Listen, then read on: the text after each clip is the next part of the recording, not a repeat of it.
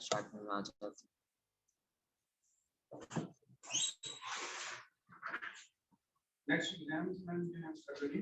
अभी एग्जाम्स का एफपीएससी ने कोई अनाउंसमेंट नहीं की है।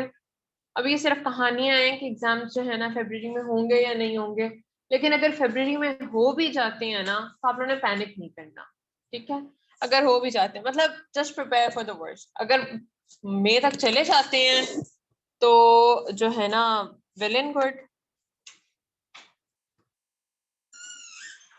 लेकिन जस्ट इन केस मई तक एग्जाम्स आपके नहीं जाते, जल्दी हो जाते हैं तो पैनिक नहीं करना प्लीज। वैसे मेरे ख्याल में मई में एग्जाम देना फरवरी में एग्जाम देने से ज्यादा मुश्किल है, ठीक है। आप जो लोग इस बार एग्जाम्स देखे हैं उनसे पूछें। गर्मी बहुत है, गर्मी बहुत है। और इस बार लोड शेडिंग देखा था। और जो आपके सेंटर्स होते हैं वो गवर्नमेंट स्कूल्स होते हैं मोस्टली। वहां तो कोई जनरेटर की फैसिलिटी नहीं होती, वहां तो कोई फैसिलिटी नहीं होती। अगर अगर आपके पास जो है ना हॉल में अगर आपको पंखे की हवा नहीं लग रही तो कोई कोई ऑल्टरनेटिव नहीं है उसका, ठीक है। तो आपने प्रिपेयर्ड रहना है।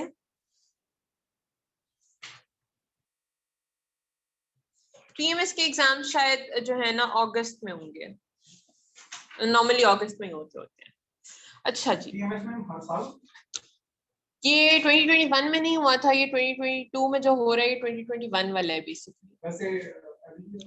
ऑलमोस्ट हर साल ही होता है, किसी किसी साल को स्किप कर देते हैं, पता नहीं क्या। टीएमएस की बहुत कम सीट्स है, 50 है इस बार।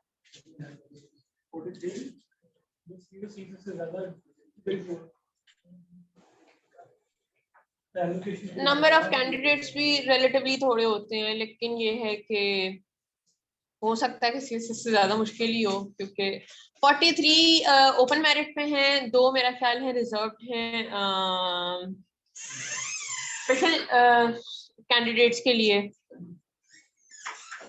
और उसके अलावा 5 जो हैं वो एक्साइज एंड टैक्सेशन की सीट्स है, कुछ इस तरह से। नहीं, सिलेबस एग्जैक्टली सेम नहीं होता। थोड़ा सीधा भी कर, थोड़ा सा टेढ़ा। अच्छा, सिलेबस एग्जैक्टली सेम नहीं होता, ऑलमोस्ट सेम होता है। वहाँ पे 100 मार्क्स वाले सब्जेक्ट्स नहीं होते, वहाँ पे उनके जो ऑप्शनल सब्जेक्ट्स होते हैं वो 200 मार्क्स के होते हैं, और ग्रुपिंग्स उनकी जरा डिफरेंट है। और कुछ सब्जेक्ट्स इंटायरली ओवरलैप करते हैं, जिस तरह आपका पॉलिटिकल साइंस है, ये 100% ओवरलैप करता है।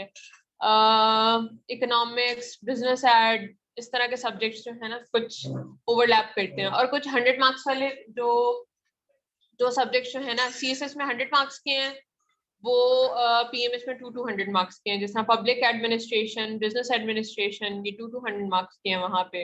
सीएसएस में 100 मार्क्स के। इसी तरह फिलोसफी, सोशियोलॉजी,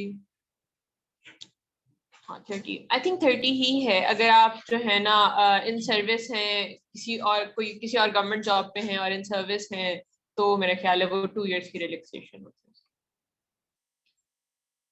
अच्छा जी, लास्ट क्लास में हमने क्या डिस्कस किया था?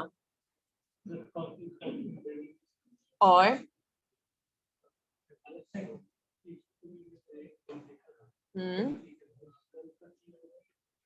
राइट, और क्या क्या डिस्कस किया था? मिडिल ईस्ट के अलावा अफ्रीका डिस्कस किया था, और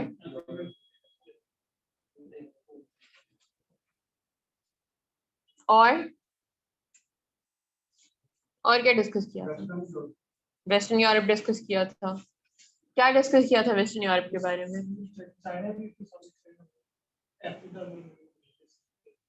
चाइना हर जगह पे डिस्कस होता है। चाइना इस तरह की चीज है, हर जगह पे आता है। अच्छा, जो है ना असाइनमेंट, किसी ने असाइनमेंट बनाई है?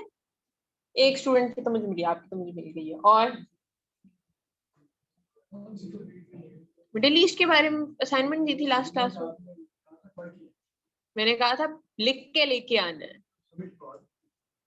करवा दी है फ्राइडे में? मिडिल ईस्ट तो अच्छा फ्राइडे को करवा दी थी, वो अभी तक तो मुझे मिली नहीं है। चलो ठीक है, मैं देख लेती। सही है। और किस किसने फ्राइडे को सबमिट करवाई थी? किसने भी नहीं। चले, मिडिल ईस्ट वैसे काफी इंपॉर्टेंट है, इसको कोशिश करें कि आप स्टडी करें, ठीक है। मिडिल ईस्ट अच्छा खासा इंपॉर्टेंट है, और आपके करंट अफेयर्स से काफी ज्यादा रेलेवेंट है, क्योंकि मिडिल ईस्ट के क्राइसिस, मिडिल ईस्ट में ना डिफरेंट तरह के क्वेश्चंस बन जाते हैं। यमन वाला बन जाता है, अफगानिस्तान वाला बन जाता है, इसराइल पैलेस्टीन वाला बन जाता है। ठीक है, ये तो वो है जो मोटे मोटे, फिर सऊदी ईरान पे जो है ना क्वेश्चंस बन जाते हैं। तो इवन ये सीरिया और आईसिस, इराक, इन चीजों पे क्वेश्चंस बन सकते हैं। तो ये काफी जो है ना कॉम्प्लेक्स किस्म का टॉपिक है।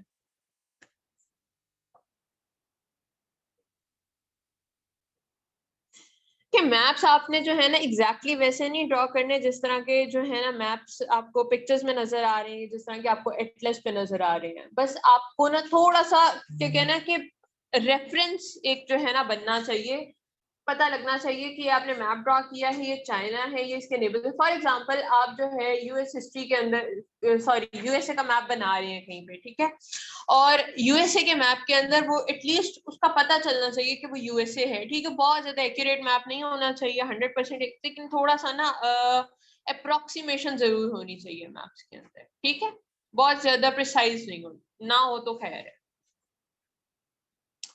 ओके, और किसी का कोई क्वेश्चन? रीडिंग कैसे स्टार्ट करनी चाहिए?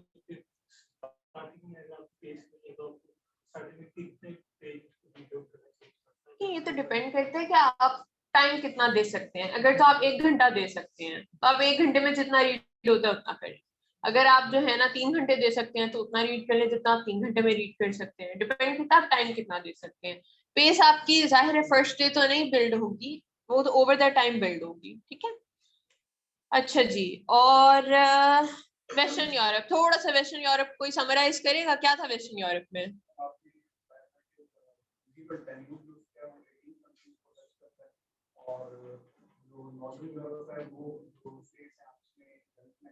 जी,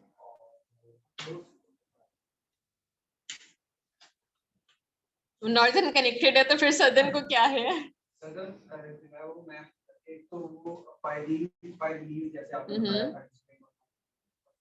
राइट, कनेक्शन नहीं है बाकी की जगह से रिलेटिवली लेस डेवलप्ड है, बिल्कुल। और अफ्रीका, अफ्रीका को कौन समराइज करेगा? कोई और, कोई और, कोई और। अफ्रीका में ये कि वहां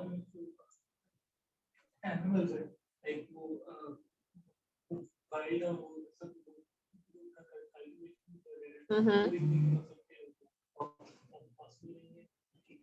और चाइना जो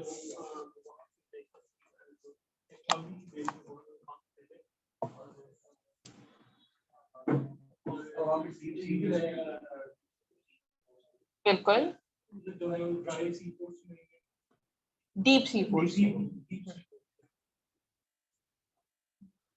क्या रीजन होता है, क्या वजह होती है डीप सी पोर्ट्स इंपॉर्टेंट किस वजह से होती हैं?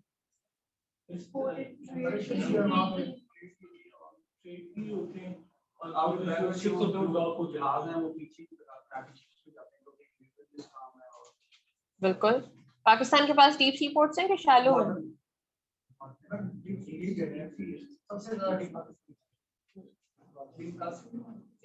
बिन कासिम भी डीप है, बिन कासिम भी डीप, राइट।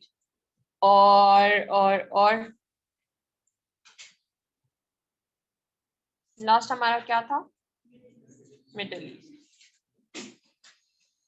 मिडिल ईस्ट को थोड़ा सा कौन समराइज करेगा? ब्रीफली बता दें, मिडिल ईस्ट वैसे तो बहुत डिटेल में है।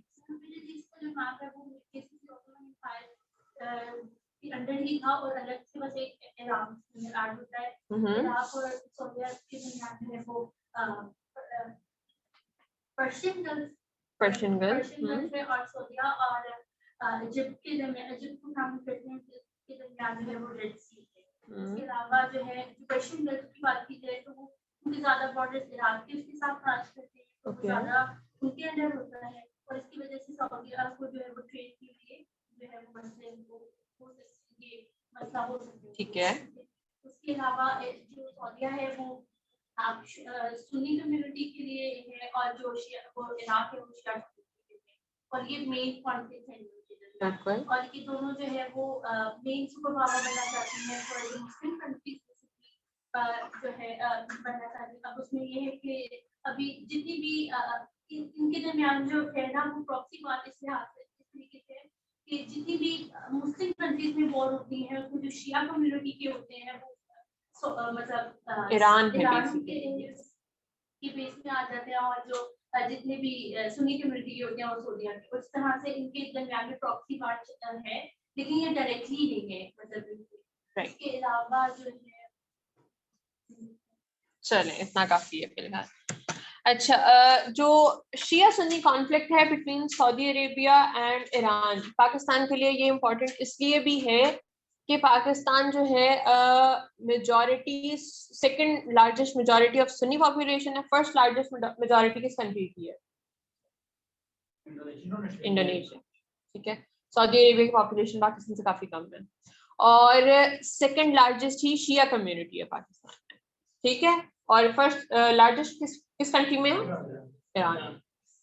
ठीक है, तो ये कॉन्फ्लिक्ट जो है ना शिया सुन्नी का, ये पाकिस्तान में इस वजह से भी ज्यादा है कि Pakistan second largest Sunni population country भी है और सेकंड लार्जेस्ट शिया पॉपुलेशन कंट्री भी है, और पाकिस्तान अफोर्ड नहीं कर सकता कि सऊदी अरेबिया और ईरान एट वॉर हो और पाकिस्तान को साइड्स चूज करनी पड़े। ठीक है, तो ये एक काफी बड़ा फैक्टर है जिसकी वजह से पाकिस्तान जो है ना OIC के अंदर भी अपना जो है ना रोल प्ले करने की कोशिश करता है कि किसी तरह से जो टाइज हैं between Saudi Arabia and Iran इनको थोड़ा सा स्मूथ किया जाए। ठीक है, अच्छा आज हम चलते हैं इंडिया और पाकिस्तान की तरफ।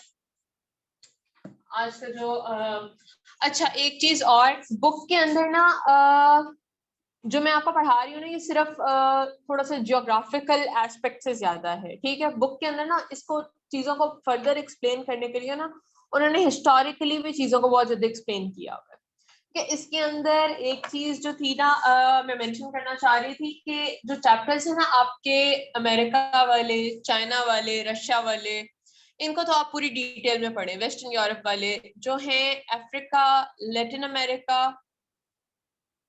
और आर्कटिक वाला चैप्टर है, लास्ट चैप्टर इसमें आर्कटिक वाला है, वो चैप्टर्स इस तरह के हैं कि उनको अगर आप थोड़ा सा मतलब बहुत ज्यादा इंपॉर्टेंस नहीं भी देंगे ना तो दैट वुड बी फाइन। ठीक है, लेकिन ये जो चैप्टर्स हैं जिस तरह ये इंडिया पाकिस्तान का चैप्टर है, इसके अंदर एक कोरिया एंड जापान का चैप्टर है, वो चाइना के पर्सपेक्टिव से काफी इंपॉर्टेंट है, चाइना और US के पर्सपेक्टिव से वो काफी इंपॉर्टेंट है। फिर उसके अंदर रशिया का रोल भी आता है और नॉर्थ कोरिया की वजह से भी वो इम्पोर्टेंट है। उसके अलावा जो बाकी चैप्टर्स हैं वो जो है ना ऑब्वियसली चाइना के पाकिस्तान के साथ जो है रिलेशंस वो जियोग्राफिकली काफी ज्यादा इम्पोर्टेंट है। ठीक है, तो उस वजह से चाइना की भी जियोग्राफी, चाइना वाला चैप्टर भी आपको डिटेल में पढ़ना चाहिए, US वाला भी पढ़ना चाहिए, आई थिंक रशिया और वेस्टर्न यूरोप वाले भी पढ़ना चाहिए। अफ्रीका इज फाइन, उसको आप बहुत ज्यादा डिटेल में ना पढ़ें क्योंकि अफ्रीका जो है वो करंट अफेयर्स में बहुत ज्यादा रोल प्ले नहीं करता, इसलिए आप अफ्रीका वाला चैप्टर ना भी पढ़ेंगे तो दैट इज फाइन। उसके बाद same goes with Latin America and the Arctic. ठीक है, अब हम स्टार्ट करते हैं इंडिया एंड पाकिस्तान के साथ, उसके बाद फिर हम फर्दर जो है ना आज इसको कंप्लीट कर लेंगे। ओके, तो India and Pakistan, how geography determines the fate of two nations. अब अच्छा, अब यहाँ पे ना आपका जो राइटर है वो ये कहता है कि पाकिस्तान जो है ना it is cursed bye it's geography. ठीक है, वो कहते हैं कि अगर ज्योग्राफी किसी कंट्री की DNA अगर किसी कंट्री का DNA डिटरमिन करती है ना geography, Pakistan was born a cripple. वो क्रिपल क्यों कह रहा है पाकिस्तान को? ठीक है, वो क्रिपल है पाकिस्तान को इस वजह से कह रहा है। नेक्स्ट स्लाइड में हम देखेंगे, यहाँ पे ये है पाकिस्तान का मैप। आपको जो है ना ये डिफरेंट जो कलर्स है ना ये शो कर रहे हैं डिफरेंट एथनिक ग्रुप्स यहाँ पे। ठीक है, अब डिफरेंट एथनिक ग्रुप्स बॉर्डर्स के इर्द गिर्द किस तरह से स्प्रेड किए।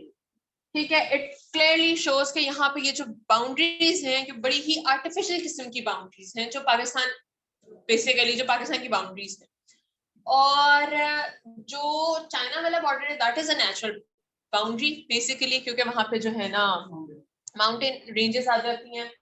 उसके बाद अफगानिस्तान वाला बॉर्डर भी जो है ना ब्रिटिश ने बनाया था ड्यूरिंग टाइम, बेसिकली वो ब्रिटिश ने बनाई थी और अफगानिस्तान उसको भी एक्सेप्ट नहीं करता।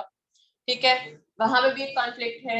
सिमिलरली दूसरी साइड पे इंडिया के साथ तो हमारा कॉन्फ्लिक्ट है ही, वहां पे हमारे साथ कश्मीर इशू है, फिर डिफरेंट एथनिसिटीज है जो Indian border across the border with India, वो भी जो है ना डिफरेंट एरियाज में,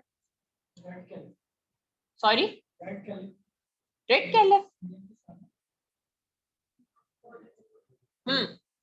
अच्छा, तो जो है ना बेसिकली यहाँ पे भी जो है एक प्रॉब्लमैटिक सिचुएशन है पाकिस्तान के लिए। अच्छा, यहाँ पे वो इसको ट्रिपल क्यों कह रहे हैं? ट्रिपल कहने की बेसिकली वजह ये है कि अफगानिस्तान के साथ भी ना हिस्टोरिकली हमारे जो है रिलेशंस बहुत कॉर्डियल नहीं रहे, ठीक है। उसके बाद initially Afghanistan was one of the few countries जिन्होंने पाकिस्तान को एक्सेप्ट नहीं किया था, रिकॉग्नाइज नहीं किया था, ठीक है। तो पाकिस्तान को बहुत लेट जाके जो है ना अफगानिस्तान ने रिकॉग्नाइज किया था। इंडिया के साथ पाकिस्तान के टाइज रिलेटिवली बेहतर थे सिंस द बिगिनिंग, और यहाँ पे प्रॉब्लम पाकिस्तान के लिए ये आती है कि पाकिस्तान की जो स्ट्रेटेजिक डेप्थ है, ये जो वाइड एरिया है बीच में, दैट इज क्वाइट नैरो, ठीक है।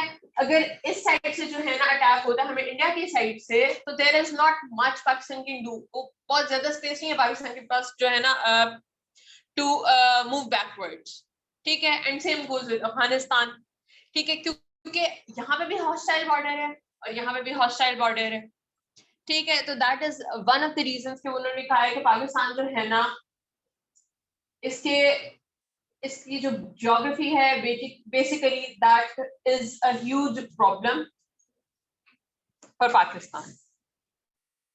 अच्छा जी, उसके बाद अगला है India's advantages in its region are region protected by ocean on its flanks and the Himalayas to the north, only real vulnerability is to Pakistan on its western border। तो basically वो बात ये कर रहा है कि इंडिया जो है उसके बॉर्डर्स काफी सिक्योर्ड है एज कम्पेयर टू पाकिस्तान, ठीक है। थोड़ा सा बॉर्डर उसका पाकिस्तान के साथ शेयर होता है, लेकिन उसका जो है ना ओशन, काफी सारा उसका एरिया ओशन को कनेक्ट करता है और काफी सारा एरिया उसका माउंटेन्स को कनेक्ट करता है, जिसकी वजह से उसको अपने जो है ना इमीडिएट नेबर्स से उस तरह के थ्रेट्स नहीं है जिस तरह के पाकिस्तान को है।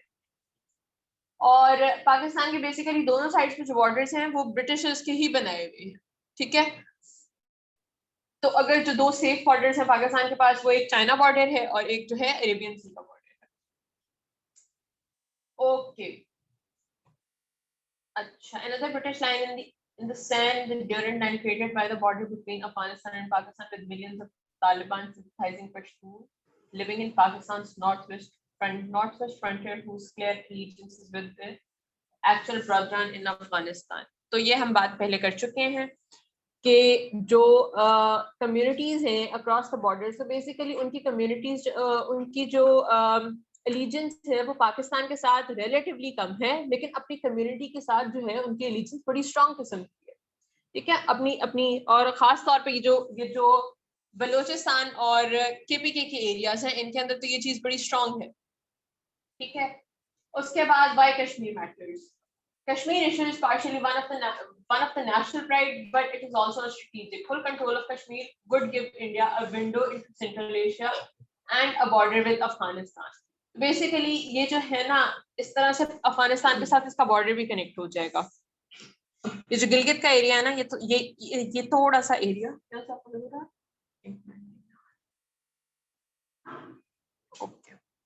ये जो गिलगित के साथ एरिया ना, ये वाला, ये बेसिकली थोड़ा सा पार्ट है अफगानिस्तान का। ये पता नहीं इसका नाम क्या है। ये बेसिकली वो थोड़ा सा नैरो माइल ऑफ लैंड है, नैरो स्ट्रेच ऑफ लैंड है जो अफगानिस्तान जो सेंट्रल एशिया और पाकिस्तान को सेपरेट करते हैं। तकरीबन 10 किलोमीटर इन विड्थ है एट इट्स नैरोएस्ट। सॉरी,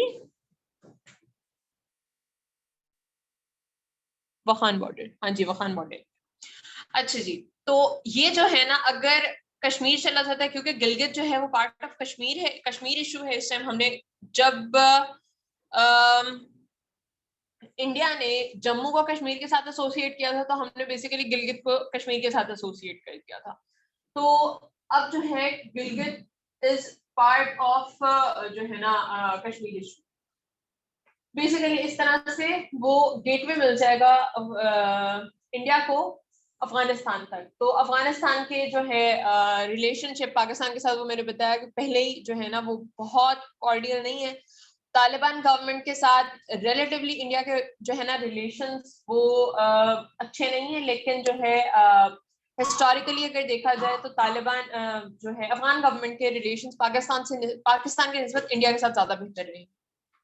उसके बाद second, Kashmir will never completely become a part of Pakistan. The Indus River that flows through India, Indian-controlled Kashmir, is the source of 2/3 of Pakistan's desperately needed water.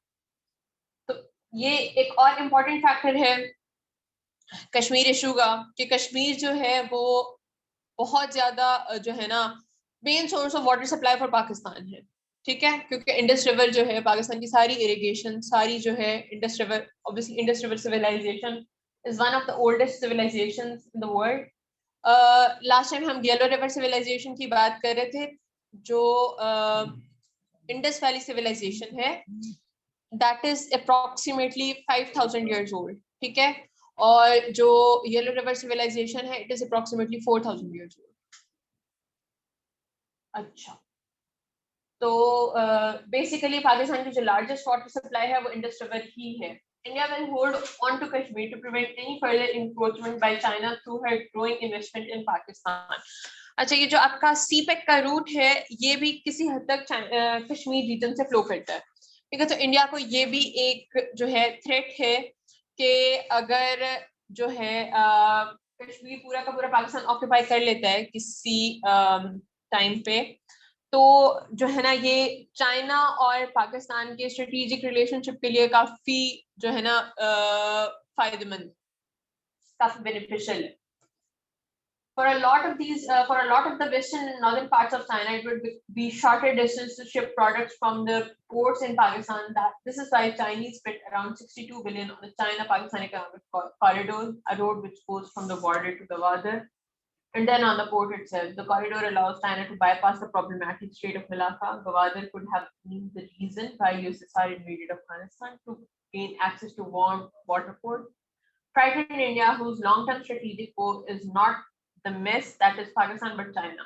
अच्छा, यहाँ पे CPEC की हम बात कर चुके हैं डिटेल के अंदर, ठीक है. CPEC is approximately worth 62 billion. ये जो है ना इनिशियली 40 बिलियन से स्टार्ट हुआ था, 2020 में जो है ना ये रिवाइज हुआ इसका budget and it became 62 billion. और स्ट्रेट ऑफ मलाका की भी हम बात कर चुके हैं.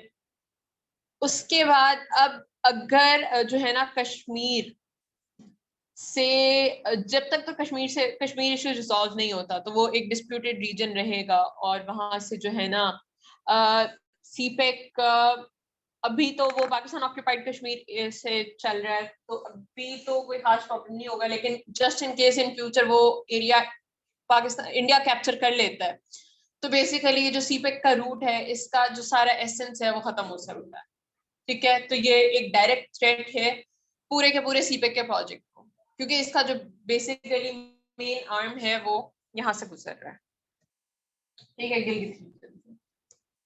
अच्छा, उसके बाद जो है इंडिया को यहाँ पे एक और थ्रेट ये है कि अभी तो चाइना जो है वो जो है ना साउथ चाइना सी को डोमिनेट कर रहा है और फार ईस्ट एशिया को डोमिनेट कर रहा है, लेकिन अगर गवादर जो है ना पोर्ट बन जाता है और यहाँ पे सीपेक जो है ना बेसिकली काम करना शुरू कर देता है, तो चाइना जो है वो इंडियन ओशन में भी डोमिनेट करने लग जाएगा और वहां पे जो डोमिनेंस है इंडिया का वो अंडरमाइन हो जाएगा.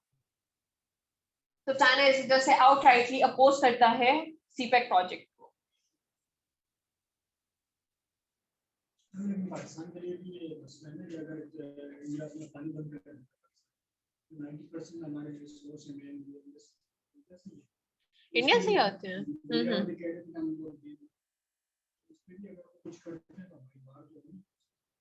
वॉर तो होनी है. देखिए, कश्मीर इशू इसी वजह से तो स्ट्रेटेजिकली इंपॉर्टेंट है. यहाँ पे इंडिया के पास एज है, ठीक है. इंडिया इस वजह से उस एज को लेट गो नहीं करना चाहता. और इंडिया जो है पाकिस्तान का जीडीपी अगर देखा जाए तो इंडिया के सामने बहुत मिनिमल है, ठीक है. पाकिस्तान का जो है ना अगर आप डेवलपमेंट इंडेक्स देखें या कोई और किसी और जो है ना चीज में आप इंडिया से कंपेयर करें तो पाकिस्तान तो किसी कंपैरिजन में आता ही नहीं है, ठीक है। लेकिन द ओनली प्रॉब्लम इज कि Pakistan is a nuclear state. जो इंडिया को एक वाहिद थ्रेट है पाकिस्तान से, that is India Pakistan is a nuclear state. और यही वजह है कि जो वॉर है वो इतनी इमिनेंट नहीं है।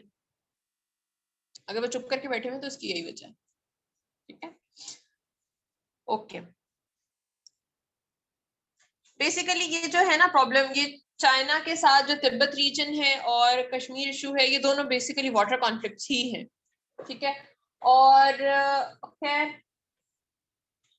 ये इंडस वाटर ट्रीटी के अकॉर्डिंग इंडिया को अलाउ नहीं है कि वो इंडस रिवर पे कोई डैम बना सके। कश्मीर में जो इशू हुआ था फरवरी 27 उसमें इंडिया ने अपनी पार्लियामेंट सब के पाकिस्तान का पानी बंद कर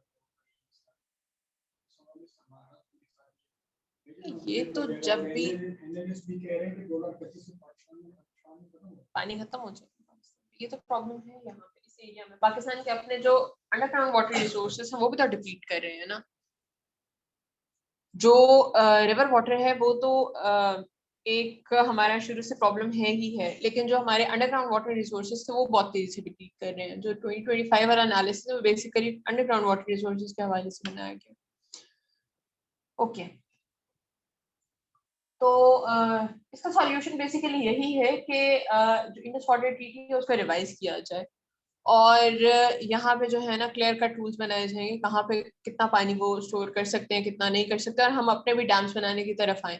हमारे अपने क्योंकि डैम्स नहीं बनते, हर साल बारिशों में इतनी फ्लडिंग होती है और वो सारा पानी जो हम स्टोर कर सकते हैं, जो हम किसी जो है ना कंस्ट्रक्टिव प्रोजेक्ट में यूज कर सकते हैं, वो सारा का सारा जो है वो फ्लड जो है ना के थ्रू वेस्ट हो जाता है।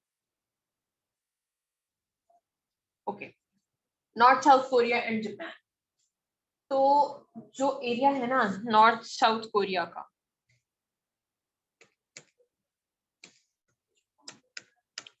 ये बेसिकली जब जापानीज एम्पायर था यहाँ पे तो जापानीज एम्पायर का पार्ट था।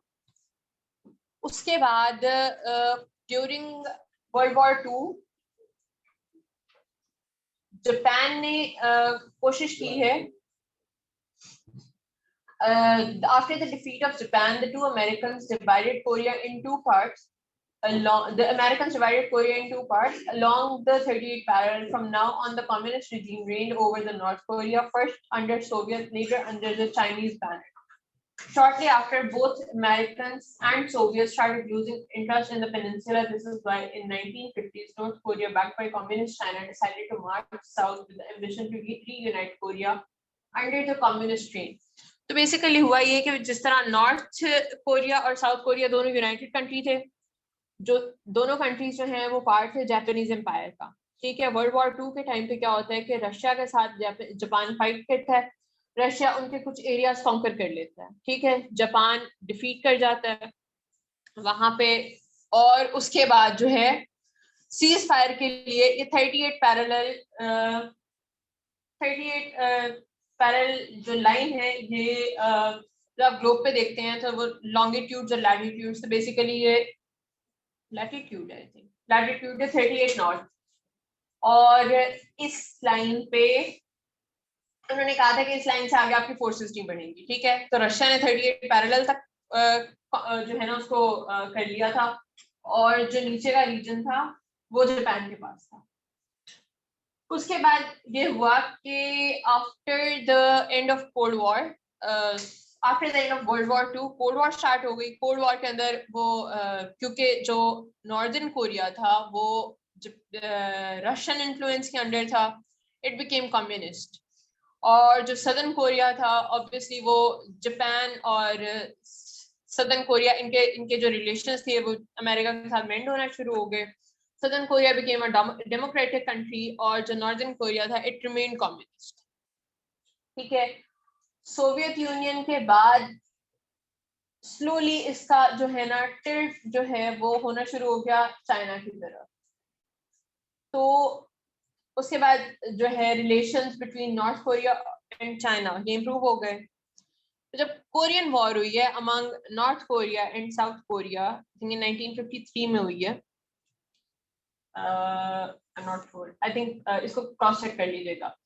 तो ये जब वॉर होती है तो साउथ कोरिया, क्योंकि that was backed by America, वहां पे अमेरिकन ट्रूप्स भेजे गए, वहां पे जो है ना नॉर्थ कोरिया जो है उसके अगेंस्ट फाइट करने के लिए। अच्छा, वहां पे ये होता है कि यूएसए, वहां पे जो यूएसए के अंदर जो है इनके ऑफिशियल्स बैठे हुए थे, उन्होंने डिसाइड किया कि सीज फायर की लाइन क्या हो। अब वहां पे उन्होंने सीज फायर की लाइन, क्योंकि अब वो ऑब्वियसली वो फॉरेनर्स थे, वो लोकल्स तो नहीं थे, उनको आइडिया नहीं था लोकल जियोग्राफी का, ये लोकल जो है ना कल्चर का, ये लोकल पॉपुलेशन का, किसी चीज का आइडिया नहीं था। उन्होंने बस ये देखा कि अच्छा जी 38 पैरेलल पे एक बार पहले सीज फायर हुआ था, 38 पैरेलल पे दोबारा सीज फायर करवा दिया जाए। और वो 38 पैरेलल पे दोबारा से सीज फायर करवा दिया गया। उसके बाद से वो 38 पैरेलल जो है वो एक परमानेंट बाउंड्री बन गई between north Korea and south Korea. ठीक है, तो ये बेसिकली स्टोरी है north Korea and south Korea की। कल्चरली वो बिल्कुल सेम है, लिंग्विस्टिकली वो बिल्कुल सेम है, बस ये डिफरेंस जो है ना ये कम्युनिज्म और कैपिटलिज्म की वजह से क्रिएट हुआ हुआ है, और वो इतना डाइवर्स हो चुका है इस टाइम पे, अब जो है ना ओवरकम करना भी it is next to impossible. Geography has gifted North Korea with hills and South Korea with flatlands, even though South Korea has twice the population and 8 times stronger economic power, its geography put it at a disadvantage. Seoul, the capital of South Korea, is located just 30 miles away from the DMZ, जो कि आपका north Korea है, demilitarized zone, जो border है, ये जो border है ये है demilitarized zone। ठीक है, साउथ जो है वो इससे तकरीबन सिर्फ 30 माइल्स अवे है, लेकिन जो नॉर्थ कोरिया का कैपिटल है प्योंगयांग, वो जो है अप्रोक्सीमेटली एट अ डिस्टेंस, और वहां पे जो टेरेन है वो माउंटेनियस है, वो फ्लैट नहीं है। ठीक है, ये प्रोवाइड करता है edge to the North Korea. Although North Korea की इकोनॉमी जो है that is much worse than South Korea, क्योंकि नॉर्थ कोरिया अपना सारा का सारा जो बजट है वो मिलिट्री पे स्पेंड कर रहा है। नॉर्थ कोरिया डेवलपमेंटल प्रोजेक्ट्स कोई नहीं कर रहा, कोई डेवलपमेंटल प्रोजेक्ट्स में इन्वेस्ट नहीं कर रहा, जिसकी वजह से जो है ना वहां पे कोई आउटपुट नहीं है। लेकिन इनके नॉर्थ कोरिया के प्रोजेक्ट्स इतने बड़े हैं और जी तो है, लेकिन वहां पे कोई पॉपुलेशन वगैरह कोई क्रिएट नहीं किया। हाँ, तो मैं यही तो कह रही हूँ, तो बिल्कुल है वहां प्रोजेक्ट सिर्फ मिलिटरी, सिर्फ जो है ना उनकी मिलिट्री टेक में प्रोजेक्ट्स हैं, उसके अलावा तो नहीं है। उसके अलावा वहां पे कोई खास प्रोजेक्ट्स नहीं हो रहे, वहां पे ह्यूमन राइट वायलेशन अच्छी खासी हो रही है। ठीक है, कम्युनिस्ट रिजीम है, टोटलिटेरियन,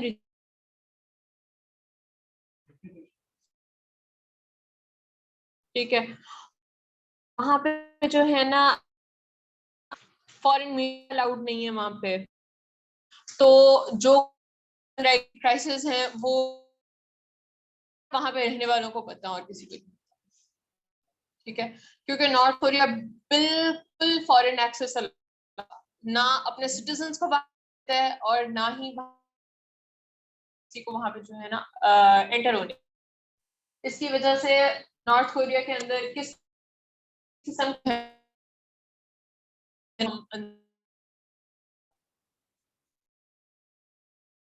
जो वेस्टर्न डेमोक्रेसी को थोड़ा सा आइडिया तो है, एक्सटेंट है, बेसिकली हमें जो है ना आइडिया पूरी तरह से नहीं है।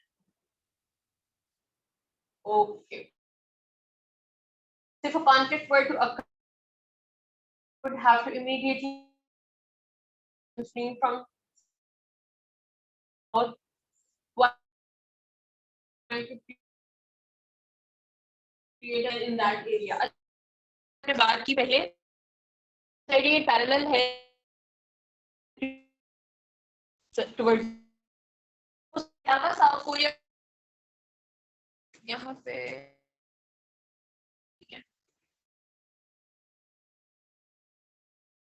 अगर आप यहाँ पे देखो तो साउथ कोरिया जो है उसका 3 बॉर्डर्स के साथ नजर आ रहा है, लेकिन थोड़ा सा अगर आप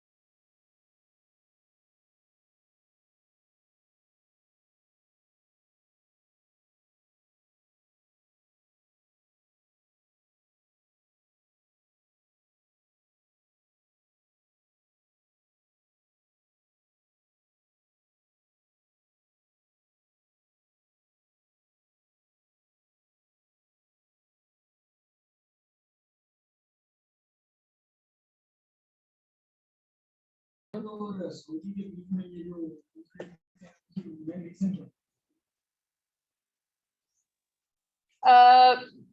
बेसिकली ये जो है ना रिलीजियस डिफरेंस है, रिलीजियस डिफरेंस है, आ जाकर रिलीजियस डिफरेंस है बेसिकली वहां पे जो है ना क्या कहते हैं,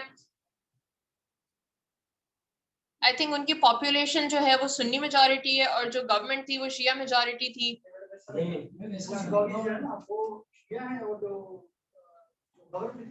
वो सुन्नी थी। आपने इराक का बताया कि वहाँ की मेजॉरिटी शिया की, ऐसा नहीं है। असल में ईरान और सऊदी इसलिए ईरान इंटरफेयर करता है इराक के साथ, ईरान के साथ सऊदी और इराक के साथ सऊदी इसलिए नहीं। उसके बाद यमन में ये जो आरम को इनकी बड़ी कंपनी है, ये कोर्स जो है ना, ये सारे टेररिस्ट अटैक उनकी जो कंपनी पे और ये सऊदिया ने ये रीजन दिया, उस वजह से हम इनको। लेकिन बेसिकली जो है ना बीच में एजेंडा बहुत हद तक इनका आइडियोलॉजिकल आ जाता है यहाँ पे, ठीक है। अपने नेबरिंग कंट्रीज में शिया गवर्नमेंट हो ये सऊदी अरेबिया नहीं चाहता, ठीक है। और या मिडिल ईस्टर्न हिस्ट्री उठा के देखेंगे ना तो इवन पैलेस्टीन के कॉन्फ्लिक्ट में भी आपको ये चीज नजर आएगी, एक ग्रुप उनका भी शिया है और एक सुन्नी ग्रुप है, उनके अंदर भी इस तरह के डिफरेंसेस हैं। फिर आप यमन क्राइसिस भी बेसिकली यही चीज है, जो इराक के अंदर सद्दाम हुसैन वाला पूरा सीन हुआ था वो भी इसी से सिमिलर था, ठीक है। तो ये चीज जो है क्योंकि सऊदीया कंटिन्यूसली इंटरफेयर करता है और इवन ये जो है ना अमेरिकन बैक भी है क्योंकि अमेरिका की सिंपैथी सऊदी अरेबिया के साथ है, तो सिमिलरली सऊदी अरेबिया भी सपोर्ट करता है किसी भी सुन्नी रिजीम को अगेंस्ट शिया रिजीम, ठीक है। तो ये एक्सट्रीमली कॉम्प्लिकेटेड सिचुएशन है मिडिल ईस्ट की। और जो है ईरान, ऑब्वियसली अगर सऊदी अरेबिया चाहता है कि उसके नेबरिंग कंट्रीज में जो है ना सुन्नी रिजीम हो, सुन्नी गवर्नमेंट्स हो, तो ईरान यही चाहता है कि जो उसके नेबरिंग कंट्रीज हैं उनके अंदर शिया गवर्नमेंट्स हो, जहां एटलीस्ट जहां पे जो है ना शिया पॉपुलेशन है वहां पे इस तरह की सिचुएशन हो, ठीक है। और ये बेसिकली एक कॉज ऑफ कॉन्फ्लिक्ट है जो ईरान और सऊदी अरेबिया के दरमियान ना काफी देर से चल रहा है। अच्छा,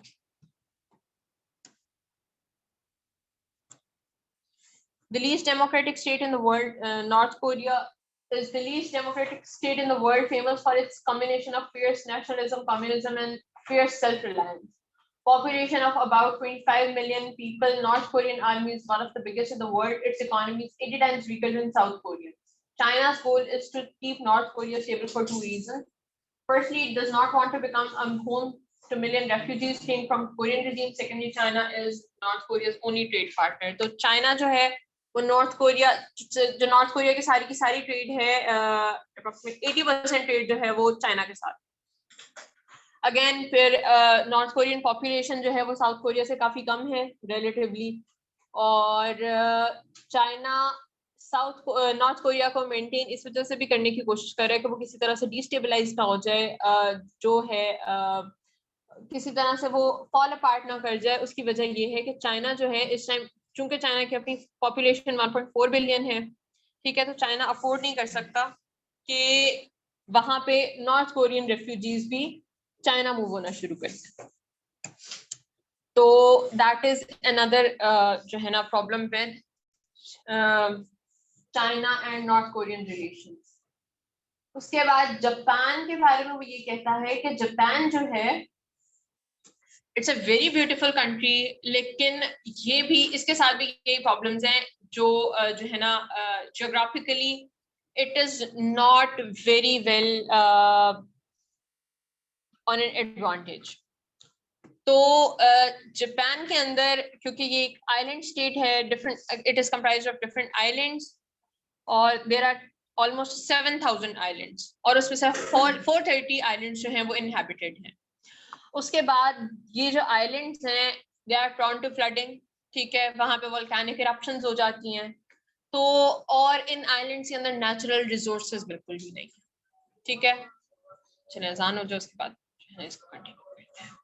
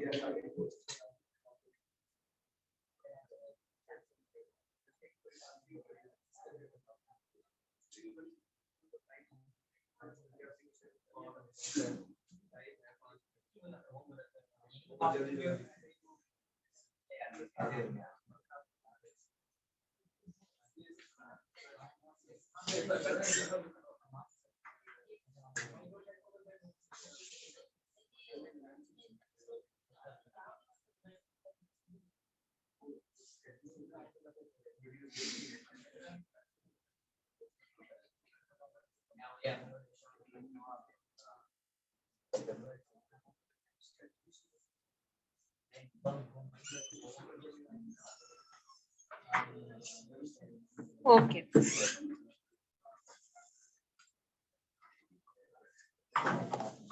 फरा, जो बुक्स आपको पढ़ाई जाएंगी ना वो आपको साथ साथ जो है शेयर भी की जाएंगी, तो you don't have to worry about these.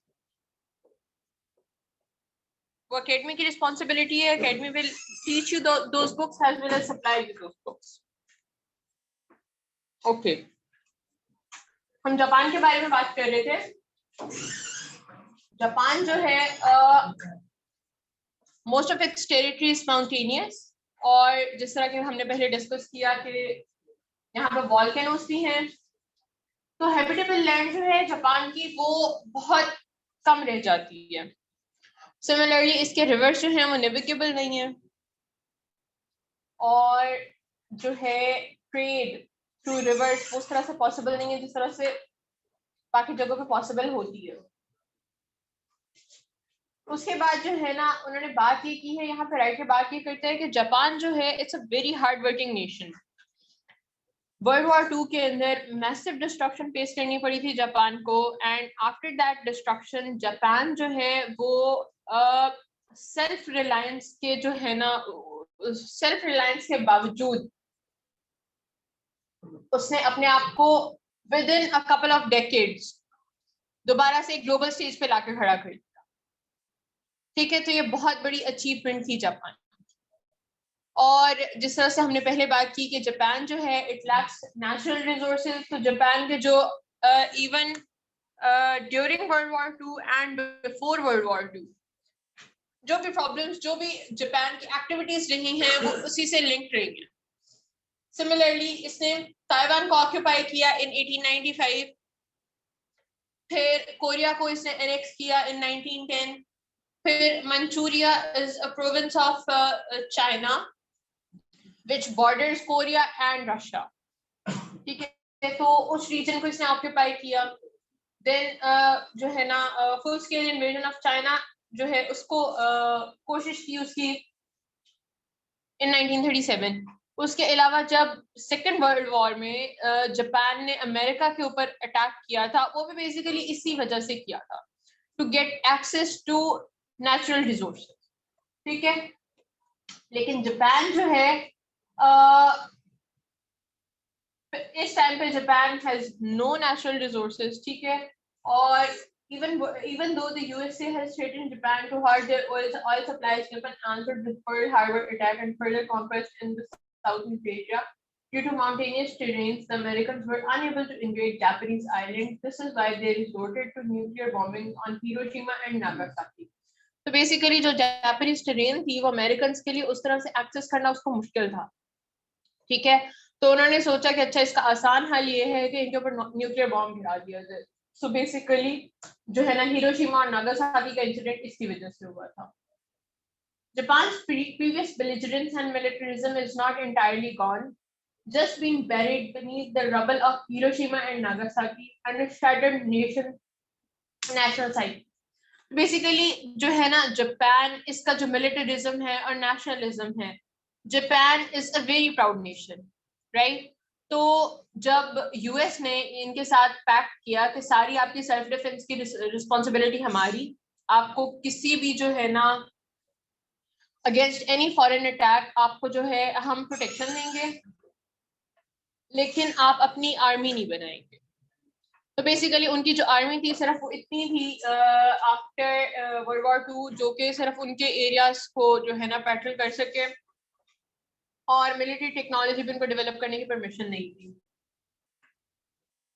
तो उसके बाद जो है ना, लेकिन ये है कि इट डज नॉट मीन कि उनका जो है ना नेशनलिज्म वो कम हो गया, या उनकी जो है an urge to build their own strong military वो कम हुई है, ऐसा बिल्कुल भी नहीं है। वो सिर्फ है ना हिरोशिमा और नागासाकी के जो आफ्टर इफेक्ट्स है ना उनसे अभी बाहर नहीं निकले हैं, लेकिन ये है कि इट डज नॉट मीन कि वो अपनी मिलिट्री डेवलप करेंगे नहीं। Japan is actually developing its own military at the moment. So slowly the Japanese self-defense forces were turned into a modern fighting unit. Americans, realizing they were going to need military allies in the Pacific region, were prepared to accept the demilitarized Japan. तो क्योंकि वो जिस तरह से हमने discuss किया south China सी conflict, ठीक है, उसके अंदर जापान जो है वो यूएस का एलाय है, और जापान के सिमिलरली क्लेम्स भी हैं ऑन द आइलैंड्स जो चाइना भी क्लेम कर रहा है। तो यूएस को जो है वहां पे एक स्ट्रॉन्ग एलाय की जरूरत है। तो जैसे जैसे जापान ने अपनी जो है मिलिट्री को डेवलप करना शुरू किया, अपनी स्ट्रेंथन करना शुरू किया अपने मिलिट्री को, तो यूएस ने कोई खास सैंक्शंस नहीं लगाए उनके ऊपर, राइट। और उसकी वजह यही है कि साउथ चाइना सी के अंदर इस टाइम पे यूएस के इंटरेस्ट में है कि जापान अगर जो है ना अपनी मिलिट्री को स्ट्रेंथन करेगा तो उससे जो है ऑब्वियसली चाइना को impact, China will be impacted by. यहाँ पे इस वजह से जो है ना उसने कोई खास जो है सैंक्शंस नहीं लगाए। तो अगर यहाँ से आप देख लें, ये कोरियन पेनिनसुला है, नजर आ रहा है, ठीक है, ये कोरियन पेनिनसुला है, ये मंचूरिया का प्रोविंस है, और ये जो है ये सारा का सारा ये जापानीज टेरिटरी है, और ये जो रेड में शो हो रहा है ये जापानीज टेरिटरी है 1870 में। और उसके बाद ये जो डिफरेंट रीजन्स डिफरेंट कलर्स में शो किए हुए हैं ये डिफरेंट टाइम्स पे जापानीज एम्पायर का पार्ट रहे हैं ये एरियाज, ये सारे के सारे एरियाज, ठीक है। और ये जो है वर्ल्ड वॉर 2 के बाद जापानीज एम्पायर उस तरह से नहीं रह गया जिस तरह से वर्ल्ड वॉर 2 से पहले था, okay. After Japan, Japan Korea के बाद जो है ना हमारा ये सेकंड लास्ट चैप्टर है साउथ अमेरिका।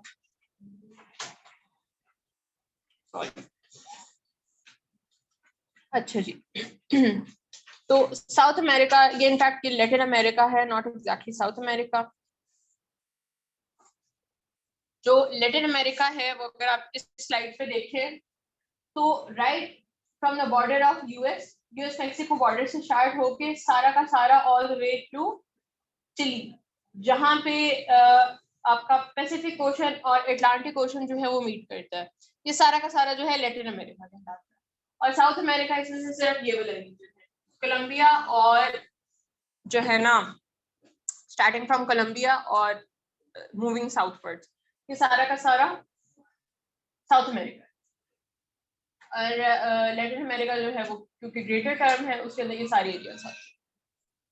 ओके,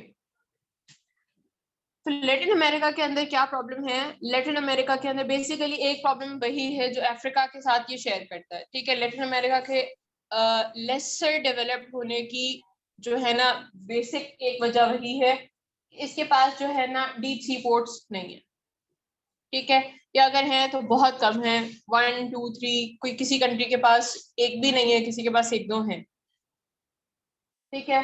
तो इनके अंदर से जो स्ट्रॉन्गेस्ट कंट्री है कौन सा है? Any idea? ब्राजील है, ब्राजील के हालात बहुत, लेकिन उसके बावजूद इनमें से स्ट्रॉन्गेस्ट ब्राजील ही है, ठीक है। हालात ब्राजील के कोई खास अच्छे नहीं है, लेकिन अमंग दीज कंट्रीज जो है ना ब्राजील इनमें से सबसे स्ट्रॉन्गेस्ट, बेसिकली सबसे ज्यादा लैंड एरिया भी ब्राजील का है और सबसे ज्यादा जो जीडीपी है इन कंट्रीज में वो ब्राजील का ही है। अच्छा, यहाँ पे प्रॉब्लम ये है कि जब यहाँ पे कॉलोनाइजर्स आए हैं तो कॉलोनाइजर्स ने ये किया है कि जो इस पूरे के पूरे कॉन्टिनेंट का जो आउटर रिम है, अगर आप देखें ये वाला एरिया, ठीक है, आउटर रिम, यहाँ पे इनकी पॉपुलेशन काफी ज्यादा है, लेकिन अंदर से ये पूरा का पूरा जो है ना continent that is hollow. Hollow का मतलब ये है कि वहां पे जो है ना एज कंपेयर टू आउटर जो है ना एरिया, यहाँ पे पॉपुलेशन ना होने के बराबर है, ऑलमोस्ट एग्जिस्ट ही नहीं करती। उसकी एक वजह जो है ना ये है कि जिस तरह हमने अफ्रीका में डिस्कस किया था कि सेंट्रल रीजन्स में टेम्परेचर जो है वो रिलेटिवली हायर है, वहाँ पे जो है डिजीजेस का प्रोपगेशन का रेशो वो ज्यादा है, इंसेक्ट्स, फ्लाइज, मलेरिया, मॉस्किटोज, इस तरह की चीजें जो है वहाँ पे जल्दी प्रोपगेट करती है। सिमिलरली वहाँ पे वायरसेस ज्यादा प्रोपगेट करते हैं। तो जो सेंट्रल रीजन है लैटिन अमेरिका की, वहाँ पे जो है डिजीजेस ज्यादा प्रोपगेट करती हैं। सेकेंडली यहाँ पे इंटरकनेक्टेडनेस नहीं है, इंटरकनेक्टेडनेस इस तरह से नहीं है, एक तो रिवर्स यहाँ पे जो है ना रिलेटिवली कम है, दूसरा यहाँ पे जब कॉलोनाइजर्स आए उन्होंने बेसिकली उनका पर्पस ये नहीं था कि उन्होंने कंट्रीज को डेवलप करना था, उनका पर्पस ये था कि कंट्रीज के जो रिसोर्सेज है उनको एक्सट्रैक्ट करना है और उनको लेके जाना है। उसके लिए उनको सेंटर को डेवलप करने की कोई बहुत ज्यादा जरूरत नहीं थी, ठीक है। तो उन्होंने सेंटर तक कोई कनेक्शंस बनाए ही नहीं, जो जितने कंट्रीज हैं यहाँ पे इनके कोई सेंटर तक कंट्री जो है ना कनेक्शंस बनाए नहीं। यहाँ पे जो सेंट्रल एरियाज हैं यहाँ पे ना प्रॉपर रोड्स हैं और जो है ना ही प्रॉपर जो है कोई फैसिलिटीज है। ये सिटीज जो सेंट्रल एरियाज में हैं ये मेन सिटीज को तो कनेक्ट करते हैं, लेकिन ये आपस में बिल्कुल भी कनेक्टेड नहीं, ठीक है। मेन सिटीज को तो कहीं कहीं कनेक्ट करते हैं लेकिन आपस में इनका कोई कनेक्शन नहीं है। उसके बाद इन कंट्रीज के अंदर कुछ जो है ना राइवलरीज हैं। राइवलरीज इस तरह से है कि बोलिविया, ये वाला एरिया बोलिविया का है, ठीक है, और ये चिली है। तो चिली का अगर आप देखें तो ये कोस्टल एरिया बहुत ज्यादा है चिली का, और इस कोस्टल एरिया में काफी ज्यादा एरिया माउंटेन्स का है, काफी काफी बड़ी माउंटेन रेंज है यहाँ पे। और ये जो है बोलिविया, इसका चिली के साथ जो है एक दफा एक वॉर हुई है चिली और बोलिविया के दरमियान में, जिसके एज अ रिजल्ट यहाँ पर 250 माइल्स की जो है ना कोस्टल लाइन थी जो चिली ने ऑक्यूपाई कर ली, ठीक है। और वो बोलिविया की थी इनिशियली और वो चिली ने ऑक्यूपाई कर ली। सिंस देन जो है बोलिविया हैज बीन लैंडलॉक्ड, ठीक है। इस वजह से चिली और बोलिविया के रिलेशंस जो है ना काफी कोल्ड है। और अर्जेंटीना के पास यहाँ पे हैं आइलैंड्स, ये कुछ आइलैंड्स हैं, ये ब्रिटिश टेरिटरीज हैं, इनको फॉकलैंड आइलैंड कहते हैं। बेसिकली ये चीजें आपको इस वजह से बता रही हूँ कि शायद एग्जाम में डायरेक्टली तो जो है ना ये चीजें आपको इतनी ज्यादा इम्पैक्ट ना करे, इतनी ज्यादा इम्पोर्टेंट ना, लेकिन हम लोगों से उन्होंने इंटरव्यू के टाइम पे इन चीजों का पूछा था। अक्सर अक्सर जो है ना कैंडिडेट से उन्होंने फॉकलैंड आइलैंड्स और फॉकलैंड वॉर्स के बारे में पूछा था। सबसे वीक तो पता नहीं, यहाँ पे वैसे काफी ज्यादा कंट्रीज हैं।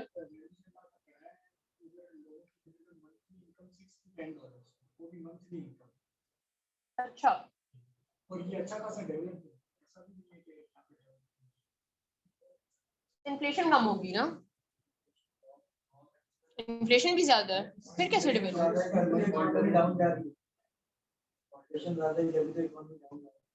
तो लेकिन वेनेजुएला तो यूएस का एलाय है, नहीं है? वो शावेज जब था वहाँ पे, आज से तब से लेके वो जो है वो ज्यादातर वो जो क्योंकि जो राइट, इसको देखना पड़ेगा कि यहाँ पे जो है ना सबसे वीक कंट्री कौन सा है, लेकिन स्ट्रॉन्गेस्ट में से ब्राजील है। उसके अलावा जो है अर्जेंटीना की हम बात कर रहे थे, यहाँ पे फॉकलैंड आइलैंड्स है, ठीक है। ये फॉकलैंड आइलैंड जो है ये ब्रिटिश ओवरसीज टेरिटरी है, ब्रिटेन इसको कंट्रोल करता है, the crown of England control करता है। अच्छा, ये जो टेरिटरीज हैं ये अर्जेंटीना इनको जो है ना क्लेम करता है, अर्जेंटीना का क्लेम इन टेरिटरीज के ऊपर। यहाँ पे फॉकलैंड वॉर्स भी हो चुकी हुई हैं ब्रिटेन और अर्जेंटीना के दरमियान में, लेकिन यह है कि अर्जेंटीना कैप्चर नहीं कर सका इन आइलैंड्स को। और अब जो है इन फ्यूचर अगर कोई इस तरह का जो है ना सिनेरियो बनता है जिसके अंदर अर्जेंटीना और ब्रिटेन के दरमियान में दोबारा से इन आइलैंड को लेकर वॉर होगी, तो प्रोबेबली जो है ना दोनों कंट्रीज अपने आप को उन्होंने प्रिपेयर करके रखा हुआ है फॉर केस ऑफ वॉर। तो जो है ना यहाँ पे इवन जो है चांसेस तो नहीं है कि अर्जेंटीना इस तरह की कोई वॉर जीतेगा, क्योंकि as compare to Britain obviously जो अर्जेंटीना है that is a very weak country. ये थोड़ा सा ओवरव्यू हो गया इन कंट्रीज के बारे में। उसके बाद ओके, तो राइटर ये कहता है कि south America is a living proof that how geography along with human failures culminated in limited economic success. The continent has just a few deep natural harbors.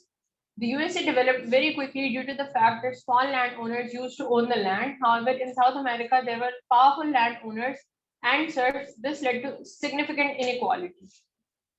तो बेसिकली जैसे हमने यूएसए में बात की थी कि वो एक जो है ना गवर्नमेंट एक चंक ऑफ लैंड एक लैंड ओनर को दे देती थी, और सारा का सारा बेसिकली वो लैंड ओनर जो होता था वो अकाउंटेबल होता था वहां पे हर किस्म की डेवलपमेंट के लिए भी, और वहां से जो रेवेन्यू कलेक्ट करके उन्होंने गवर्नमेंट को देना है वो उसके लिए भी रिस्पॉन्सिबल होता था, ठीक है। तो बेसिकली वो जो है ना उस लैंड के अंदर पूरी की पूरी हेजेमनी उस लैंड लॉर्ड की, ठीक है। और एज कंपैरेटिवली यहाँ पे जो लैटिन अमेरिका है इनके अंदर ऐसा नहीं हुआ। तो यहाँ पे जो है ना एक सिग्निफिकेंट किस्म की इनइक्वालिटी क्रिएट हुई। The first European settlers stayed near the coast. They built roads to connect the interior with the coastal capitals. तो ये हम बात कर चुके हैं। उसके बाद pre-Columbian Latin America was home to great empires with civilizations every bit comparable to their European and Asian counterparts. Basically जब यूरोपियंस यहाँ पे आए हैं लैटिन अमेरिका में या साउथ अमेरिका में, तो यहाँ पे साउथ अमेरिकन पॉपुलेशन मौजूद थी, ठीक है। वहाँ पे वो एज़टेक और इनका एज़टेक एम्पायर और इनका एम्पायर, ये हिस्टोरिकल जो है ना बड़ी फेमस एम्पायर्स है लैटिन अमेरिका के अंदर, और इनके बारे में भी यही कहा जाता है जिस तरह से रेड इंडियंस के बारे में कहा जाता था कि जिस टाइम पे शायद जो है ना बेरिंग स्ट्रेट जो है वो फ्रोजन थी, उस टाइम पे वहां से लोग जो है ना माइग्रेट करके इन रीजन पे पहुंचे, क्योंकि यूरोपियंस उसी टाइम में आए जब कोलंबस ने डिस्कवरी की और गवर्नमेंट्स ने इंटरेस्ट लेना शुरू किया इन रीजन के अंदर, इन रीजन के अंदर। उससे पहले जो है यूरोपियंस जो है वो इन रीजन के बारे में अवेयर नहीं थे। यूरोपियन इनफैक्ट कोई भी जो नोन वर्ल्ड का पार्ट था वो इस रीजन को जानता ही नहीं था, लेकिन यहाँ पे ह्यूमंस तो एग्जिस्ट करते थे, ऐसा तो नहीं है कि यहाँ पे कोई भी नहीं था। तो बेसिकली फिर जिस टाइम पे जैसे जैसे यूरोपियंस आए हैं और सेटल हुए हैं, तो जिस तरह से रेड इंडियंस जो हैं वो एक एक करके वाइप आउट होते गए हैं, रेड इंडियंस के टाइप, इसी तरह यहाँ पे ये वाली एम्पायर्स भी वाइप आउट होती चली गई। Okay, Latin America in 20th century. The Latin American countries do not have natural affinity with the United States. The United States used force in Latin America almost 50 times between 1980 and the end of Cold War. South America was a proxy battlefield of Cold War. This environment has allowed dictatorships to flourish. The continent experienced economic instability mixed with a loss of faith in democratic institutions. The military was more efficient than a legislature. अच्छा, तो cold war के अंदर क्योंकि Soviet union के भी interest थे reason के अंदर, जिस तरह से उन्होंने जब क्यूबा के अंदर कम्युनिस्ट रिजीम को उन्होंने सपोर्ट किया था, उसके बाद अपने मिसाइल्स वहां पे जो है ना उन्होंने प्लांट करने की कोशिश की थी, बल्कि कर दी थी, इनफैक्ट प्लांट कर दिए थे अपने मिसाइल्स वहां पे। और इसी तरह से बेसिकली वो उनका बैटल ग्राउंड बना हुआ था एक तरह से साउथ अमेरिका, यूएस और यूएसएसआर का, ठीक है। और ये भी एक रीजन है कि वहां पे जो है ना चीजों को उस तरह से फ्लरिश होने का चांस ही नहीं मिला, जिस तरह से यूएस के अंदर में जो है ना उनको फ्लरिश होने का चांस मिला। Similarly, China has been investing heavily in South America, especially in Argentina, Venezuela, and Ecuador. It has replaced USA as Brazil's main trading partner. In return, China hopes for the support in UN for its national claims back home regarding Taiwan. तो Brazil का previously USA था main trading partner, अब USA नहीं है उसका main trading partner, अब China है उसका मेन ट्रेडिंग पार्टनर। और चाइना जिस तरह से अफ्रीकन कंट्रीज के अंदर हेवीली इन्वेस्ट कर रहा है, चाइना साउथ अमेरिकन कंट्रीज के अंदर भी इसी तरह से इन्वेस्टमेंट कर रहा है। और China hopes for the support in UN for its national claims back home regarding Taiwan. तो बेसिकली क्योंकि जिस तरह से ताइवान का इशू भी हमने डिस्कस किया था कि चाइना जो है वो ताइवान को अभी भी अपनी टेरिटरी क्लेम करता है, लेकिन ताइवान अपने आप को एक सेल्फ ऑटोनोमस जो है इंडिपेंडेंट कंट्री डिक्लेयर करता है, ठीक है। और यूएस जो है ताइवान का ये क्लेम ये जो है ना स्टांस सपोर्ट करता है कि वो एक इंडिपेंडेंट कंट्री है, जबकि चाइना वो अभी तक उसको ना एक as an independent country recognise नहीं करता। और चाइना अभी भी चाहता है कि ताइवान जो है वो वापस चाइना का पार्ट कंसिडर किया जाए। ओके, इन 2013 यहाँ पे एक अग्रीमेंट हुआ था between the Nicaraguan government and Chinese. Hong Kong का एक बिजनेसमैन था, उसने Nicaraguan president of the time के साथ एक अग्रीमेंट किया था जिसके अकॉर्डिंग यहाँ पे एक निकारागुअन कनाल जो है ना डिजाइन किया था। तो निकारागुअन कनाल जो है that was an alternative to Panama canal, ठीक है। तो पानामा कनाल बेसिकली ये छोटा सा कनाल है which flows from Panama और ये कनेक्ट करता है अटलांटिक ओशन को पैसिफिक ओशन से, ठीक है। और चाइना बेसिकली यहाँ पे निकारागुअन कनाल का जो है ना पर्पस पॉसिबली ये पर्पस था निकारागुअन कनाल का कि जो पानामा कनाल है वो प्रिडोमिनेंटली यूएस जो है डोमिनेंट है उस रीजन में, और पानामा के टाइज भी यूएस के साथ अच्छे हैं, और जो पानामा कनाल है उसको भी यूएस डोमिनेट करता है। तो निकारागुअन कनाल जो है वो एक अल्टरनेटिव रूट था इन केस के जो है ना चाइना और यूएस के जो रिलेशंस हैं वो मजीद कोल्ड हो जाते हैं या किसी वजह से a war breaks out in any of the regions due to any of the problems. तो ये जो निकारागुअन कनाल है ये basically it would be China owned, तो यहाँ पे जो है ना चाइना फ्रीली अपनी जो है शिप्स को मूव कर सकेगा। तो ये मतलब जस्ट इन केस कि अगर पानामा कनाल से चाइना की मूवमेंट को बैन कर दिया जाता है या किसी वजह से रोक दिया जाता है, तो निकारागुअन कनाल जो है ये it will serve as an alternative. तो बेसिकली ये 2013 के अंदर प्रोजेक्ट साइन हुआ था और इस प्रोजेक्ट को बहुत ज्यादा अपोज किया गया था। ये प्रोजेक्ट एक हांगकांग के बिजनेसमैन ने जो है ना साइन किया था निकरागुआन प्रेसिडेंट के साथ। तो उन्होंने ये कहा था कि जो चाइनीज गवर्नमेंट है वो बिल्कुल भी एसोसिएटेड नहीं है इस प्रोजेक्ट के साथ, ये प्राइवेटली मतलब बिल्कुल एक प्राइवेट वेंचर है और जो चाइनीज गवर्नमेंट है बिल्कुल इसके अंदर जो है ना कोई रोल नहीं प्ले करेगी। तो अगर देखा जाए तो China is a communist country और वहां पे कोई भी बिजनेस जो है वो बगैर गवर्नमेंट के अप्रूव किए नहीं पॉसिबल। ठीक है, तो जो एक्सपर्ट्स हैं उनका कहना ये है कि ऐसा हो नहीं सकता कि निकरागुआन कनाल जो है इसके चाइनीज गवर्नमेंट की इन्वॉल्वमेंट ना हो। ठीक है, तो definitely it is a Chinese government project जो कि बेसिकली जो है ना उसको सिर्फ छुपाने की कोशिश कर रहे हैं कि ये जो है ना चाइनीज गवर्नमेंट का प्रोजेक्ट नहीं है और ये प्राइवेट वेंचर। लेकिन निकरागुआन कनाल के साथ जो है ना प्रॉब्लम ये है कि ये प्रोजेक्ट कभी भी कंप्लीट नहीं हो सका, अभी तक तो कंप्लीट नहीं हुआ, आगे पता नहीं होता है कि नहीं होता। ये 2014 में इसकी डिगिंग स्टार्ट हो गई थी और 2014 में इस प्रोजेक्ट को रोक दिया गया था क्योंकि यहाँ पे जो है ना इस रीजन में जिस रीजन में ये निकरागुआन ग्रैंड कनाल बनना है, इस रीजन के अंदर कुछ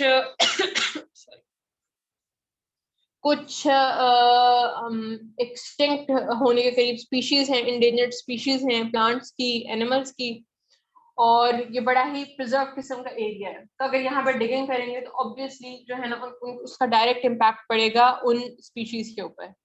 और उसके अलावा जो है ये निकरागुआन लेक है, यहाँ पर लेक निकरागुआ, ये basically largest source of fresh water supply है फॉर निकरागुआन पीपल। तो अगर तो ये लेक यहाँ अगर तो ये कनाल यहाँ में बनती है तो ये जो पानी है ये कंटामिनेट हो जाएगा क्योंकि ऑब्वियसली दोनों तरफ समंदर है, तो वो लेक के अंदर जब पानी आएगा तो इट विल बिकम सॉल्टी और इस तरह से जो है ना उनका जो main source of fresh water supply है वो जो है अंडर थ्रेट है। तो ये एक वजह, ये कुछ वजह हैं जिनकी वजह से शायद ये निकरागुआन कनाल जो है इसको हार्ड कर दिया गया। फ्यूचर में ये बनता है या नहीं बनता ये अभी पता नहीं। Okay, some mainstream countries in South America, Bolivia became landlocked up to this day. The relation between Chile and Bolivia remains hostile. Chile is in dire need of stable gas supply, and Bolivia possesses vast gas reserves. मैंने आपको बताया कि Bolivia और Chile के जो relation हैं वो hostile थे। ठीक है, Bolivia is a landlocked country, Chile ने उसका जो 250 माइल्स का बॉर्डर था वो एक वॉर के अंदर जो है ना कैप्चर कर लिया था। अब जो बोलिविया है it has as a result become landlocked. और चिली के साथ प्रॉब्लम ये है कि चिली को एनर्जी की अच्छी खासी जरूरत है, it is in dire need of gas, और बोलिविया के पास जो है वो अच्छा खासे गैस रिजर्व्स हैं। इवन बोलिविया के एक प्रेसिडेंट ने ये डील भी की थी चिली के साथ कि हम आपको गैस अपनी जो है ना वो सप्लाई कर देते हैं, लेकिन चिली ने उसको एक्सेप्ट नहीं किया था। So Argentina was a runner-up in the competition of the most powerful country on the continent. It can boast with the quality of land comparable to European countries. It actually used to be richer than France or Italy in the past, but it lost its wealth due to mismanagement. Only people this sophisticated could make a mess this big. Brazil कहते हैं Argentina के बारे में। Brazil can be seen as the most powerful country on the continent. It is almost as big as USA. The future of the Amazon rainforest seems bleak. It falls victim to slash and burn agriculture, a method. Brazil's 7 largest ports move fewer goods than a single port in New Orleans. 25% of Brazilians live in favela slums. To develop the interior of the country, the capital of Brazil has been moved from Rio de Janeiro to Brasilia. तो Brasilia जो है वो जिस तरह से हमारा इस्लामाबाद एक planned और जो है ना सिटी बनाया गया था to shift the capital from Karachi to Islamabad, तो ब्रासिलिया को बिल्कुल इसी मेथड के थ्रू बनाया गया था। एक प्लान्ड सिटी था, उन्होंने रियो डी जेनेरो से कैपिटल को शिफ्ट किया था ब्रासिलिया। ठीक है, ब्रासिलिया भी कोस्टल सिटी है और उनका बेसिकली पर्पस ये था कि जो पॉपुलेशन है जो इंटरनल ब्राजील के अंदर रहती है, जो है ना, जैसा मैंने आपको बताया कि इस कॉन्टिनेंट के अंदर जितने भी कंट्रीज हैं उनके इंटीरियर्स इतने ज़्यादा डेवलप नहीं है। तो उन्होंने कहा था कि अच्छा हम जो है ना इसको कैपिटल को शिफ्ट करते हैं ताकि इस पॉपुलेशन को भी हम मैनेज कर सके जो रियो डी जेनेरो की है, क्योंकि रियो डी जेनेरो उनका मोस्ट पॉपुलेटेड सिटी है। और सिमिलरली जो उनकी पॉपुलेशन है 25% ऑफ द पॉपुलेशन जो उनकी वहाँ पे रहती है इंटीरियर एरियाज में रहती है, that is below poverty line basically. और जिस तरह से हमने डिस्कस किया ऑलरेडी कि वहाँ पे जो है ना डीप वाटर पोर्ट्स का एक प्रॉब्लम है, तो यहाँ पे राइटर कहता है कि ब्राजील की जो 7 लार्ज पोर्ट्स है ना, वो भी न्यू ऑर्लियंस की एक पोर्ट से, न्यू ऑर्लियंस की एक पोर्ट जितने गुड्स ट्रांसपोर्ट करती है ना, ब्राजील की सारी मिला के भी उतना नहीं कर पाती। ठीक है, तो ये कुछ डिसएडवांटेजेस हैं जो कि साउथ अमेरिका के थे। अब लैटिन अमेरिका की तरफ आते हैं, तो लैटिन अमेरिका में जो सबसे इम्पोर्टेंट कंट्री है वो ऑब्वियसली मेक्सिको है। मेक्सिको का अप्रोक्सीमेटली 2000 माइल्स का बॉर्डर है यूएसए के साथ, और वो बॉर्डर जो है that is mostly a desert terrain, और वो एक बफर जोन की तरह एक्ट करता है। वो बेसिकली एक न्यूट्रल एरिया की तरह एक्ट करता है बिटवीन यूएसए एंड मैक्सिको। ठीक है, और मैक्सिको के अंदर अगर आप मैक्सिको का मैप देखें तो ये मैक्सिको है। तो मैक्सिको का जो एरिया है ना यूएस की तरफ, ये वाला कोई बहुत ज्यादा डेवलप्ड एरिया नहीं है। मैक्सिको सिटी इस तरफ है शायद करके, तो वो वाला एरिया इनका रिलेटिवली डेवलप्ड है और पॉपुलेटेड भी वही वाला एरिया है। अच्छा, उसके बाद मैक्सिको के अंदर एक बहुत बड़ा प्रॉब्लम जो है वो वहाँ पे ड्रग कार्टेल्स बड़े बड़े डोमिनेंट हैं। ठीक है, और वहाँ पे इवन गवर्नमेंट से ज्यादा पावरफुल उनके ड्रग लॉर्ड्स उस रीजन के अंदर। ठीक है, और वहाँ पे जो है ना यूएसए का वो सबसे बड़ा सप्लायर है ऑफ द ड्रग्स बेसिकली। तो वो ये राइटर वहाँ पे ये कहता है कि जब तक यूएसए की डिमांड रहेगी तब तक मैक्सिको प्रोवाइड करता रहेगा। ठीक है, पूरी दुनिया को मैक्सिको ही करता है बेसिकली लैटिन अमेरिकन काफी सारी कंट्रीज हैं, इवन कोलंबिया बहुत बड़ा प्रोवाइडर रहा है ड्रग्स का। Pablo Escobar was Mexico Colombian था। वो मेक्सिको इसी वजह से है ना, Colombian all the way through Mexico वो यूएस को सप्लाई करता था ना, सप्लाई लाइंस थी, लेकिन वो Colombian border. Okay, El Chapo के बारे में मुझे इतना नहीं पता, लेकिन पाब्लो एस्कोबार जो है वो कोलंबियन था, और वो कोलंबिया से जो है ना उसकी supply line all the way to America थी। पाब्लो एस्कोबार नहीं, वो बना नहीं था, वो ट्राई कर रहा था, उसको तो मार दिया गया। ओके, तो जो है मेक्सिको जो है वो बेसिकली डिफरेंट चीजें सप्लाई करता है, and one of them is drugs. Sir हमने बात की है। Geography of course few favors in the rest of Central America as these tiny nations try to secure themselves amidst natural disasters, foreign interventions, and borders so porous that wars can ignite over the results of a soccer match.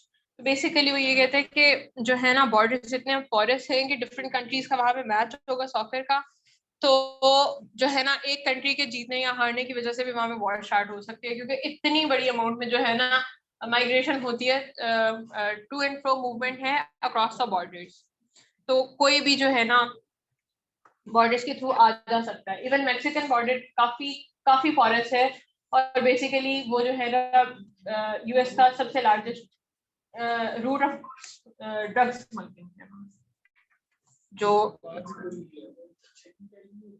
पता है ना वो बड़ी rough किस्म की terrain है, desert है वो सारा का सारा एरिया।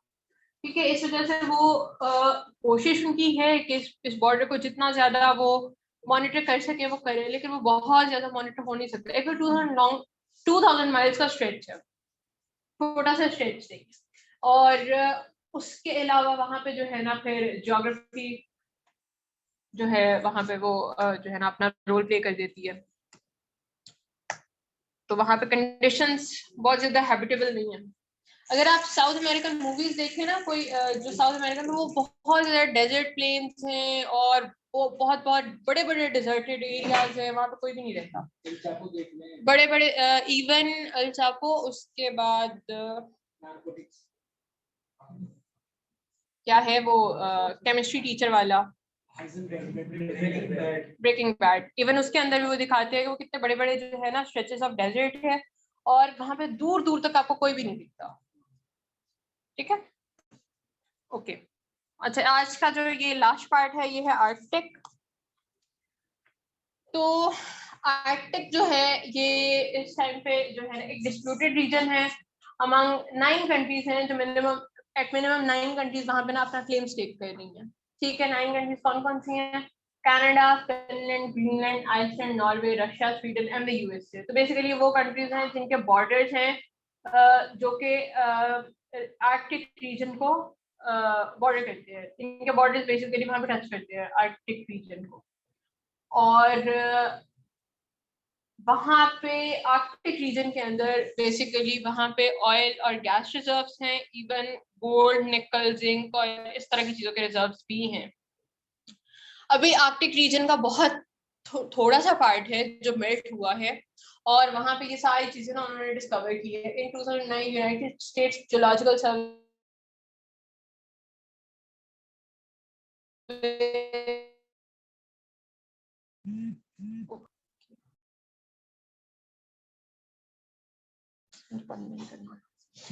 तो 1670 ट्रिलियन क्यूबिक फीट जो है नेचुरल गैस है, 44 billion barrels of natural gas liquid and 90 billion barrels of oil are in the Arctic.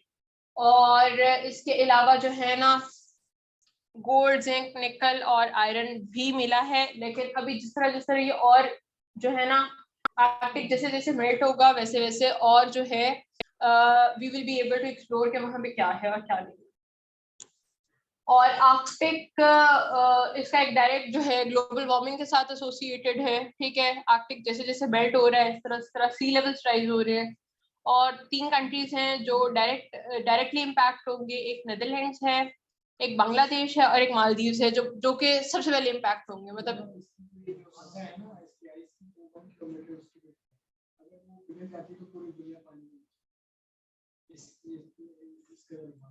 One kilometre thickness है ऐसा ही है। और जो है ना रशिया और यूएस वहां पे ट्रैवल करने के लिए इनके पास बेसिकली आइस ब्रेकर्स हैं, बड़े बड़े शिप्स हैं जो आइस को ब्रेक कर सकते हैं। और रशिया के पास अप्रोक्सीमेटली 6 ऐसे शिप्स हैं जो न्यूक्लियर पावर्ड है। तो रिसेंटली इवन इस तरह का इंसिडेंट हुआ कि यूएस को जो है ना ये बेसिकली इनके ट्रेड रूट्स भी हैं यहाँ से। जब समर्स में ये मेल्ट होते हैं तो कुछ ये अपने आइस ब्रेकर्स लेके जाते हैं, साथ इनके कार्गो शिप्स होते हैं। तो ये इस रीजन से ना वो अपने जो है कार्गोज मूव करते हैं। तो कार्गो से आगे उन्होंने आइस ब्रेकर्स लगाए होते हैं, वो फिर आइस ब्रेक करते हैं। तो यूएस को जरूरत पड़ी तो रशिया ने फिर प्रोवाइड किया था अपना आइस ब्रेकर। तो क्योंकि रशिया जो है उसके सबसे बड़े और सबसे powerful ice breaker system Russia के पास है। यूएस के पास जो है होते थे लेकिन अब बहुत कम है, आई थिंक 5-6 है उनके पास और न्यूक्लियर पावर्ड कोई भी नहीं है। तो जो है ना वो आइस ब्रेक करके फिर वहां से रास्ता बना के फिर अक्रॉस द ओशन मूव करते हैं। अच्छा, तो बेसिकली जो आर्कटिक है रशिया वहां पे अपना सबसे बड़ा स्टेक क्लेम करता है। ठीक है, रशिया क्योंकि अगर हमने जिस तरह मैं आपको अगर सबसे पहली स्लाइड्स निकाल के दिखाऊं,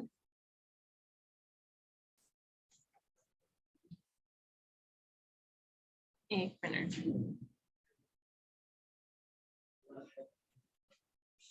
ये जो रीजन है रशिया का ये बेसिकली है साइबेरियन पेनिनसुला, इसको साइबेरियन रीजन कहते हैं। तो रशिया कहते हैं कि क्योंकि साइबेरिया की जो लैंड है आर्कटिक इसी की एक्सटेंशन है।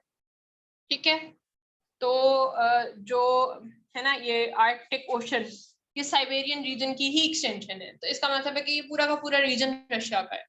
तो इवन रशियन जो मिनिस्टर्स थे उन्होंने ये भी सजेस्ट किया रशियन प्रेसिडेंट को कि हम ये आर्कटिक ओशन को रीनेम करके रशियन ओशन कर देते हैं। तो बेसिकली इस तरह का वहां पे जो है ना इस टाइम पे कंपटीशन है। और उसके अलावा ये देखिए ये मैप है जो शो कर रहा है, ये रेड वाले इनके ट्रेड रूट्स हैं, नहीं रेड वाले ट्रेड रूट्स नहीं, रेड वाले वो एरियाज हैं जहां तक वो इंटरनेशनल लॉ के अकॉर्डिंग उन कंट्रीज को एक्सेस है आर्कटिक ओशन का, जिन कंट्रीज के बॉर्डर्स वहां पे टच कर रहे हैं। मैंने आपको बताया था कि एक्सक्लूसिव इकोनॉमिक जोन होती है 200 माइल्स तक। ठीक है, जहां पे आपकी लैंड खत्म हो रही है वहां से आगे अगर कोई और कंट्री नहीं है ना उस रीजन के अंदर, तो 200 माइल्स तक 200 नॉटिकल माइल्स तक उस कंट्री को परमिशन होती है कि वो सी बेड के रिसोर्सेज को एक्सप्लोर कर ले। ठीक है, तो बेसिकली ये रेड लाइन जो है ये बेसिकली इन एरियाज को शो कर रहा है। ये रशिया के साथ है, ये सारा रशिया, फिर Sweden, Finland, Norway, Greenland, Canada, Alaska. तो ग्रीनलैंड बेसिकली आई थिंक इसको ना डेनमार्क कंट्रोल करता है। ओके, तो उसके अलावा जो कंट्रीज हैं जैसे इंडिया एंड चाइना, वो ये भी क्लेम करते हैं, वो ये भी जो है ना आर्ग्यू करते हैं कि जो आर्कटिक है वो किसी की प्रॉपर्टी नहीं होना चाहिए, that should be a common heritage of Mankind. तो वहाँ पे हर कंट्री को परमिशन होनी चाहिए कि वो जहाँ के वहाँ पे एक्सप्लोर करे, क्योंकि बेसिकली वो साइंटिफिकली भी बड़ी इंपॉर्टेंट रीजन है। ठीक है, वहाँ पे प्रिजर्व किस्म की स्पीशीज है, और इवन नॉर्वे के अंदर चाइना की एक साइंटिफिक बेस भी है। तो ये जो रीजन्स हैं ये साइंटिफिकली भी बड़े इंपॉर्टेंट हैं और ऑब्वियसली स्ट्रेटेजिकली भी बड़े इंपॉर्टेंट हैं। तो इस तरह से डिफरेंट कंट्रीज अपना यहाँ पे क्लेम स्टेक करते हैं, और ये जो है ना सबसे ज्यादा क्लेम्स में रशिया का है प्राइमरीली। ठीक है, और उसके बाद फिर क्योंकि अलास्का भी टच करता है तो डायरेक्टली यूएसए का क्लेम थी। ठीक है, और ये जो पासेजेस है ये ग्रीन में और ब्लू में, ये बेसिकली समर्स में ना यहाँ पे काफी हद तक आइस मेल्ट हो जाती है इन रीजन्स के अंदर। तो यहाँ पे जो है ना ये कार्गोज भी मूव करते हैं, और कार्गोज यहाँ से मूव करने का बेनिफिट ये है कि अक्रॉस द कॉन्टिनेंट जब आपने कोई चीज मूव करनी होती है तो जो है ना ऑल द वे आप जिस तरह फॉर एग्जांपल अगर आप कनाडा के ऊपर से कोई चीज ले जाओगे और कनाडा वहां नीचे आएगी और पानामा कनाल से गुजर के दूसरी तरफ जाएगी, तो जो फ्यूल कंजप्शन है वो कोई अप्रोक्सीमेटली 7-8 टाइम्स ज्यादा है। ठीक है, इस तरह से यहाँ पे जो है ना ये अक्रॉस गुड्स मूव करने के लिए भी एक अच्छा अल्टरनेटिव रूट है। अच्छा जी, अब ये हमारी बुक रेलेवेंट किस तरह से है, हम थोड़े से जो है क्वेश्चन देख लेते हैं। ये क्वेश्चंस पास्ट पेपर्स में ना डिफरेंट किस्म के क्वेश्चंस आए हुए हैं जो डायरेक्टली या इनडायरेक्टली उन कंट्रीज की ज्योग्राफी से जो है ना रिलेट करते हैं। ठीक है, तो ये 2020 में क्वेश्चन आया हुआ है, strategic competition in Indo Pacific region is increasingly becoming intense. Define the interest and the role of US, China, India, Japan, and Australia in the geopolitics of Indo-Pacific region. अब इंडो पैसिफिक रीजन में इन countries के साथ साथ associate होने वाले कौन कौन से प्रॉब्लम्स हैं? Are you familiar with those? ठीक है, काफी हद तक अब आपको आइडिया हो गया होगा कि इस रीजन के अंदर इन कंट्रीज के क्या क्या क्या इंटरेस्ट हैं। ऑस्ट्रेलिया इस बुक के अंदर नहीं था। ठीक है, तो ऑस्ट्रेलिया को हम सेपरेटली किसी टाइम पे स्टडी कर सकते हैं कि ऑस्ट्रेलिया के रीजन के अंदर क्या इंटरेस्ट है। ठीक है, लेकिन अब आपको थोड़ा बहुत आइडिया तो होगा कि यूएस के क्या इंटरेस्ट है इस रीजन के अंदर, चाइना के क्या है, इंडिया के क्या है और जापान के क्या है।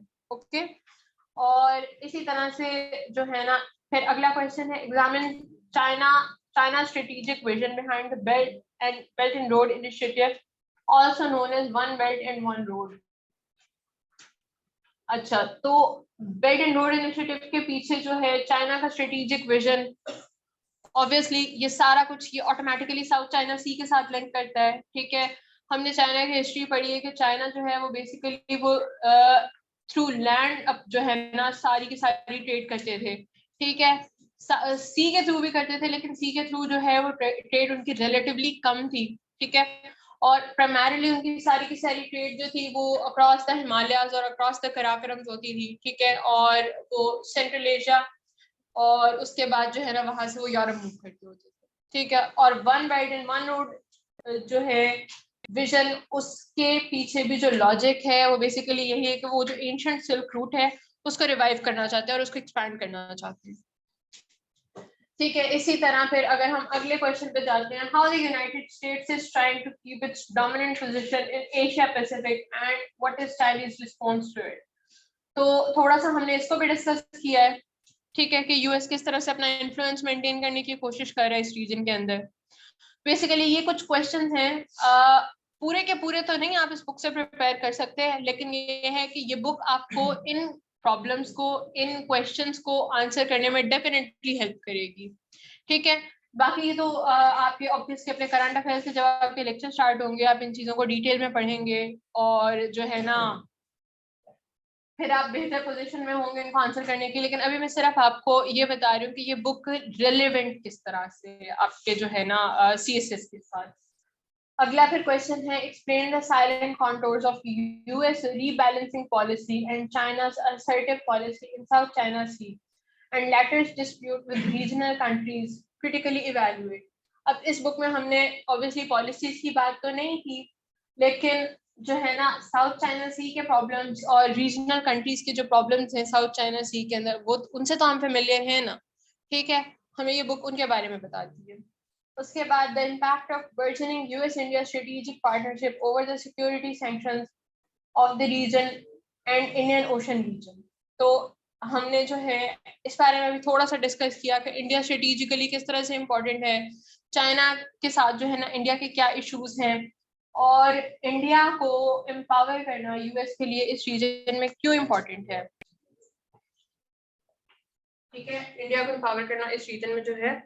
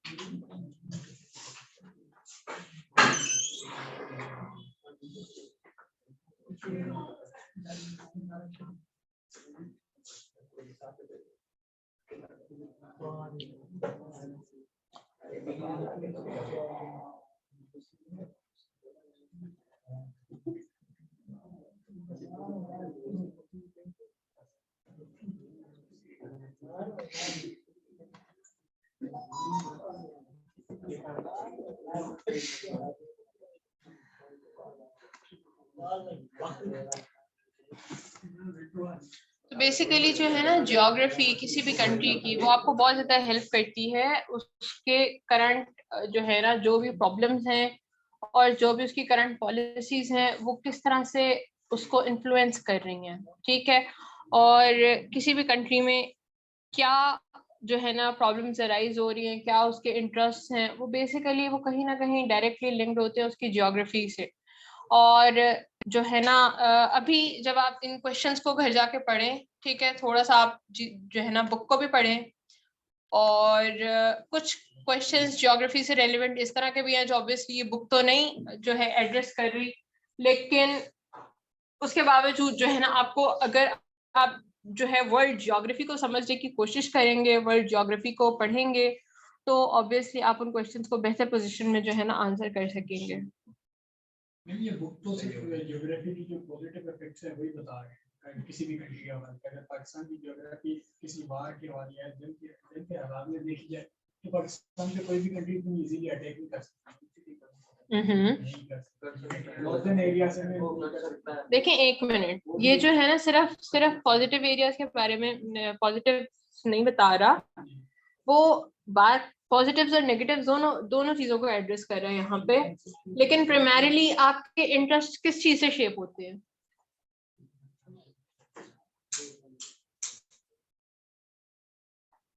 प्राइमरीली जो है आपके इंटरेस्ट किस चीज से शेप होते हैं? जहाँ पे आप ज्योग्राफिकली डिसएडवांटेज पे हैं वहां से आपके इंटरेस्ट शेप होंगे ना। तो अगर आप किसी चीज से डिसएडवांटेज पे हैं ही नहीं, तो फिर आपको तो कोई इंटरेस्ट ही नहीं होगा किसी चीज के अंदर। आप हमेशा वो चीज एक्वायर करने की कोशिश करते हो ना जो आपके पास नहीं होती। तो बेसिकली ये पूरी बुक उन्हीं चीजों के बारे में डिस्कस कर रही है, और हर कंट्री का जो एजेंडा होता है वो भी यही होता है कि जो चीज आपके पास नहीं है आपने किसी न किसी मीन्स के साथ किसी न किसी तरीके से कोशिश करनी है कि आप उसी को एक्वायर करें।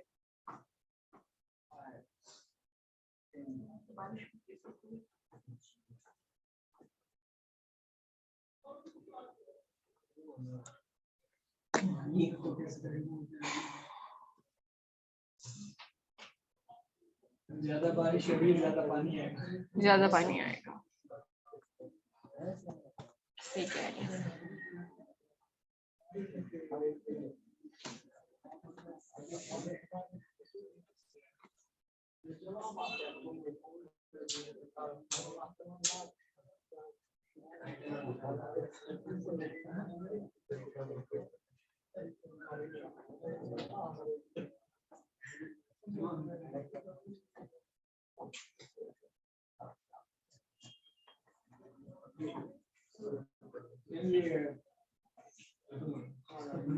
खत्म हो जाना, खत्म किस तरह हो जाना?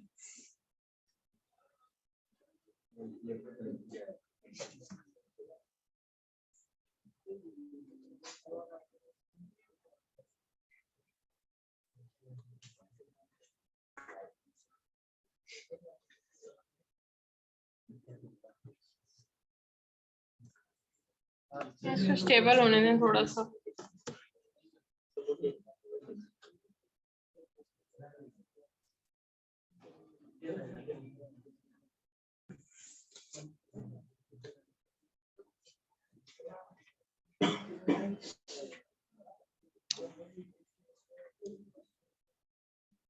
ये जो आपके पास लास्ट कब स्लाइड शेयर हुई हैं सर ने आपसे? लाइट्स जो है ना, स्लाइड्स परसों, ठीक है। तो ये आज वाली के अंदर जो है ना मैंने क्वेश्चंस ऐड किए हैं, ये सर आपको आज या कल भेज देंगे। आज या कल ये भी आपको भेज देंगे। उसके बाद जो है ना आप ये क्वेश्चंस को भी एक दफा ओवरव्यू कर लीजिएगा कि क्वेश्चन जो है ना किस तरह से ज्योग्राफी से लिंक कर रहे हैं कंट्रीज की, ठीक है। और इसके अंदर कुछ क्वेश्चन इस तरह के भी हैं जो डायरेक्टली शायद उस तरह से जो है ना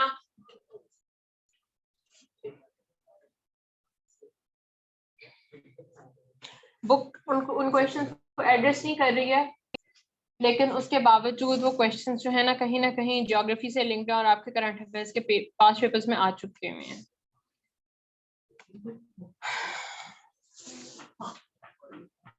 तो हम जो है लास्ट क्वेश्चन पे थे, the impact of burgeoning US India strategic partnership over the security situation of the region and Indian Ocean region। तो बेसिकली ये सारा का सारा चाइना सेंट्रिक क्वेश्चन है, ठीक है। इसके अंदर जो सिक्योरिटी थ्रेट्स हैं इंडिया को या यूएस को, वो सारे के सारे चाइना से हैं। इसके अंदर जो है ना बीच में चाइना किस तरह से अपना इन्फ्लुएंस एक्सर्ट करने की कोशिश कर रहा है सीपेक के थ्रू इंडियन ओशन के अंदर, ठीक है। पैसिफिक ओशन से वो ऑलरेडी डायरेक्टली लिंक करता है और इंडियन ओशन को वो डायरेक्टली लिंक करने की कोशिश कर रहा है। और इस सारे सिनेरियो के साथ जो यूएस इंडियन पार्टनरशिप है वो किस तरह से लिंक करती है, वो किस तरह से इम्पोर्टेंट है और किस तरह से दोनों एक दूसरे को बैलेंस करने की कोशिश कर रहे हैं, यूएस एंड चाइना, ठीक है। उसके बाद जो है ना ये 2022 के एग्जाम में आया हुआ है, Taliban take over of Afghanistan presents regional and global challenges, elaborate the anticipated policies of Taliban government and the regional and global response। Basically जो है यहाँ पे बात कर रहे हैं रीजन की। अच्छा, तो यहाँ पे वो बात कर रहे हैं रीजन की। तो ऑब्वियसली जो है ना रीजन में कौन कौन से कंट्रीज आते हैं और उनके क्या क्या इंटरेस्ट हैं वो सारे इस क्वेश्चन के साथ लिंक करते हैं। ये क्वेश्चन डायरेक्टली तो ज्योग्राफी के साथ रेलिवेंट नहीं है, लेकिन इनडायरेक्टली ये जरूर जो है ना ज्योग्राफी के साथ रिलेवेंट है।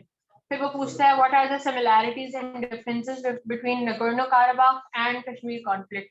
तो अगर आपको याद हो लास्ट ईयर जो है आर्मेनिया और अजरबैजान के दरमियान में वॉर हुई थी। तो बेसिकली नगोर्नो-काराबाख जो है डिस्प्यूटेड एरिया है बिटवीन दोज टू कंट्रीज।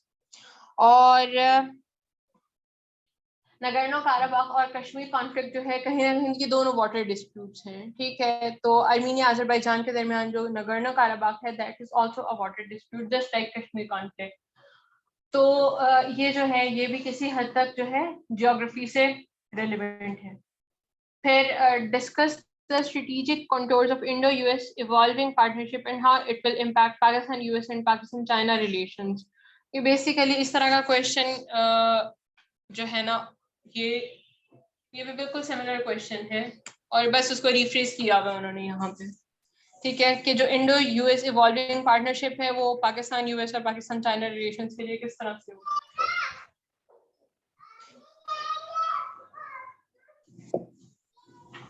अच्छा, उसके बाद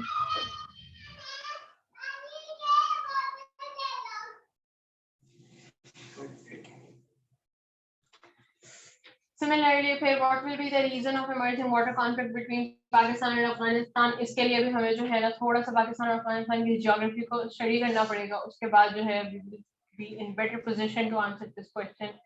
Discuss in detail Iran Pakistan gas pipeline and challenges to it. तो ये basically ये भी जो है ना कुछ हद तक geography से relevant है.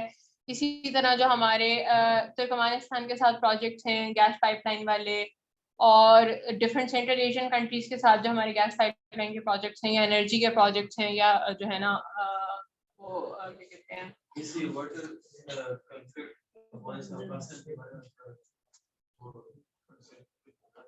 बेसिकली जो है ना अफगानिस्तान और पाकिस्तान के दरमियान में शेयर्ड रिवर तो रिवर काबुल है, ठीक है. और रिवर काबुल जो है वो पाकिस्तान का main source of water supply तो नहीं है, लेकिन इन फ्यूचर क्योंकि पाकिस्तान के अंदर सिवियर किस्म के जो है ना वाटर शॉर्टेजेस की प्रिडिक्शन है, तो वाटर कॉन्फ्लिक्ट हमारे अफगानिस्तान के साथ भी होंगे और इंडिया के साथ तो होंगे ही होंगे.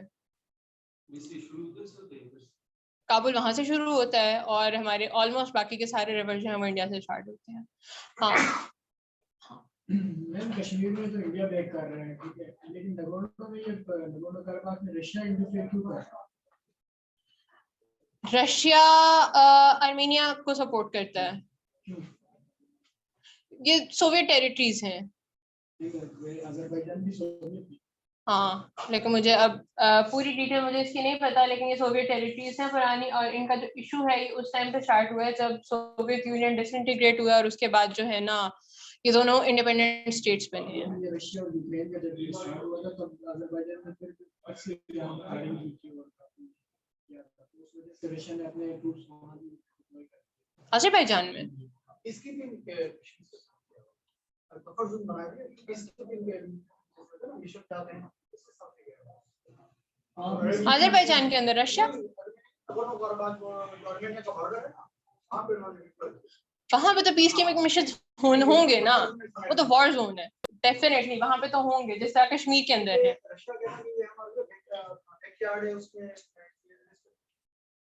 Right, okay.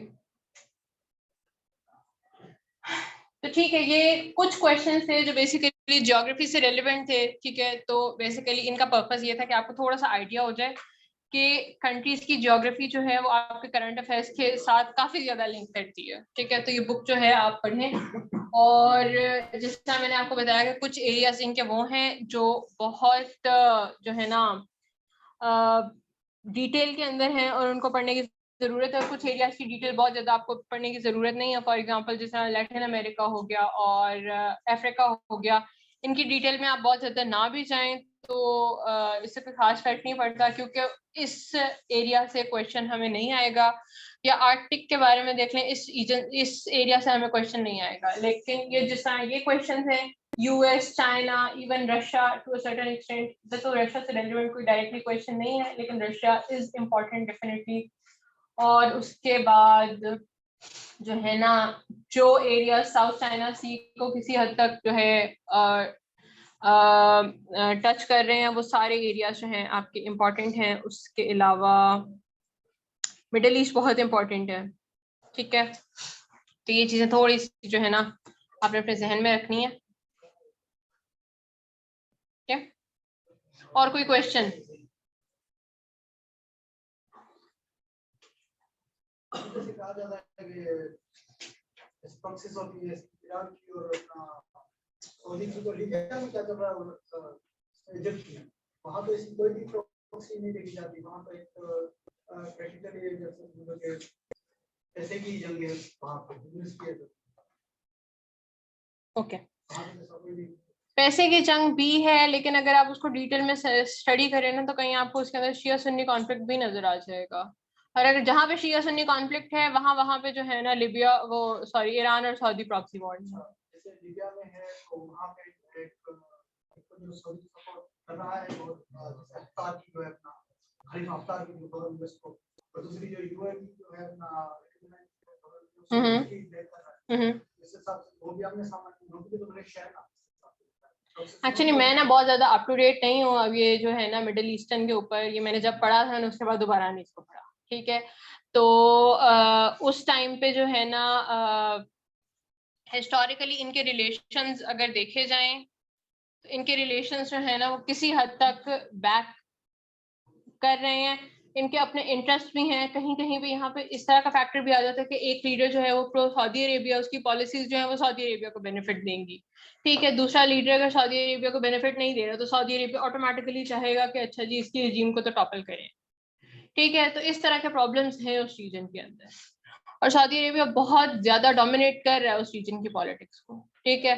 और सिमिलरली ईरान ऑब्वियसली वो सऊदी अरेबिया जितना बड़ा प्लेयर तो नहीं है इस पॉलिटिक्स में, रीजनल पॉलिटिक्स के अंदर, लेकिन किसी हद तक सऊदी अरेबिया भी ईरान भी इंटरफेयर कर रहा है, ठीक है। राइट नाउ ये कॉन्फ्लिक्ट चल रहे हैं ना है जो ऑर्गेनाइजेशन लिबियन आर्मी, तो वहां पे जो मिलिट्री ग्रुप्स हैं ना, वो जो लिबिया की आर्मी है वो चाहती है कि हम मिलिट्री ग्रुप को अपने साथ लाएं। ओके और वहां पे ये प्रोटेस्ट हो रहे हैं गवर्नमेंट के खिलाफ, और इलेक्शन भी अभी वहां पे चल रहे हैं, तो उस हवाले से भी वहां पे काफी सारे ये चल रहे हैं मसले, प्रॉब्लम्स उनकी वजह से ज्यादा है। क्या ये टेररिस्ट ऑर्गेनाइजेशन है, मिलिटेंट ऑर्गेनाइजेशन? ये आर्मी चाहती है कि हम ठीक है।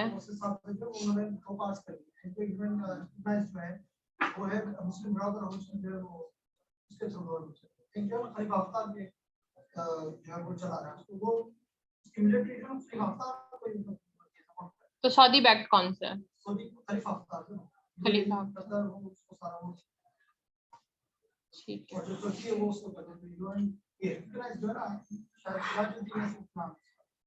ठीक है, ओके। मैं इस बारे में मैं कमेंट नहीं कर सकती क्योंकि मुझे आइडिया नहीं है यहाँ पे कि इनका जो है ना डायरेक्टली एग्जैक्टली क्या। लेबनान, हाँ मुझे पता है, ये जो है ना मेडिटेरेनियन के साथ जितने अफ्रीकन कंट्रीज हैं इनके अंदर ये प्रॉब्लम इस तरह के चल रहे हैं।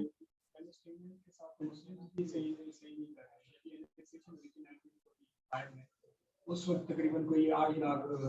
अब कितने सारे मुस्लिम कंट्रीज ने रिकॉग्नाइज भी तो कर लिया है, यूएई ने रिकॉग्नाइज कर लिया, बहरीन ने, सूडान ने रिकॉग्नाइज कर लिया सारा कर लिया, लेकिन उधर अभी भी जो है ना 1975 में 1 लाख फलस्तीनी आए थे ना, अभी वो उनकी जो ये सिविल वार हुई थी 1982 में, जो ये 8 साल से 1990 तक, अब ये 2,70,000। अभी भी काफी सारे उधर रेफ्यूजीज हैं, उनको जो है ना 30+ जो उनमें काम करने की कोई इजाजत नहीं है, वो सिर्फ यूएन के जो ये एड मिलता है उसके सहारे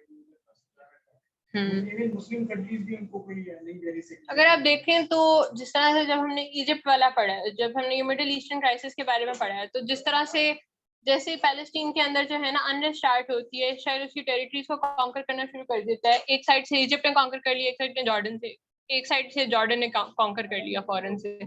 तो पैलेस्टीन के इंटरेस्ट में तो नहीं कर रहे थे वो बेसिकली जिस मुस्लिम यूनिटी की हम लोग बात करते हैं, प्राइमरीली पाकिस्तान जो है ना अपने आप को एक मुस्लिम ब्रदरहुड का सिंबल पोर्ट्रे करने की कोशिश करता है ग्लोबल स्केल पे। तो ग्लोबल स्केल पे जो मुस्लिम ब्रदरहुड है ना वो इतना सिंपल है नहीं, और अगर मुस्लिम ब्रदरहुड कहीं पे है भी ना तो ये जो अरब्स हैं ये पाकिस्तान को नॉन अरब कह के जो है ना बिल्कुल ही साइडलाइन कर देते हैं, क्योंकि Pakistan is not an Arab country obviously. Similarly Iran भी अरब नहीं है, तो ये जो है ना यहाँ पे फिर इनका अरब नेशनलिज्म आ जाता है किसी हद तक। लेकिन अरब नेशनलिज्म के अंदर भी इनके अपने इतने कॉन्फ्लिक्ट्स हैं, इतने अजीब किस्म के कॉन्फ्लिक्ट्स हैं। अरब में बहुत रेसिज्म है।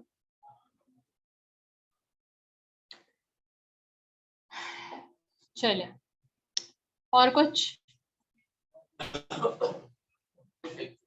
खैरियत? अच्छा, तो आज की आपकी असाइनमेंट ये है कि इंडिया और पाकिस्तान के दरमियान में जितने कॉन्फ्लिक्ट्स हैं, जितने एरियाज हैं ना जहां जहां पे वाटर कॉन्फ्लिक्ट्स हैं, उस सारे के सारे आपने स्टडी करके लिख के लाने, ठीक है? लिख के लेके आने हैं, पूछना नहीं है कि आपने लिख के लेके आने हैं कि वाटर कॉन्फ्लिक्ट्स सारे के सारे वाटर कॉन्फ्लिक्ट्स उसके अलावा बस फिलहाल इतने। इंडिया पाकिस्तान के दरमियान जितने वाटर कॉन्फ्लिक्ट्स हैं ना वो सारे नहीं अभी जो चल रहे हैं एग्जिस्टिंग, मतलब एग्जिस्टिंग जितने भी हैं ये रिजॉल्व तो नहीं हुए। जो डिस्प्यूटेड टेरिटरीज हैं हमारी, जो वाटर जो बेसिकली जैसा कश्मीर एक वाटर कॉन्फ्लिक्ट है और डिस्प्यूटेड टेरिटरी, इस तरह से और भी डिस्प्यूटेड टेरिटरीज और जो है ना कॉन्फ्लिक्ट्स हैं हमारे इंडिया के साथ, ठीक है? एक ये सर क्रीक है जो साउथ में है, जो है ना ये बिल्कुल बिल्कुल बिल्कुल रन ऑफ कच्छ। तो इस तरह से ये देख के आए कि और कोई आपको मिलते हैं कि नहीं मिलते हैं। सियाचिन की साइड पे भी हमारे डिस्प्यूटेड टेरिटरीज हैं, वहां पे भी इश्यूज हैं, बिल्कुल हैं। ये सारा का सारा इनको स्टडी करके आपने जो है ना इनको लिख के लेके आना, ठीक है, एक असाइनमेंट बना के लिखे आना इन कॉन्सेप्ट्स। मैं तो कहूँगी कल जमा करवा दें, मैक्सिमम परसों, ठीक है, कोशिश करें बाय जो है ना वेडनेसडे आप इनको सबमिट करें। चलिए ठीक है, काफी आज के लिए, ठीक है, चलिए जी।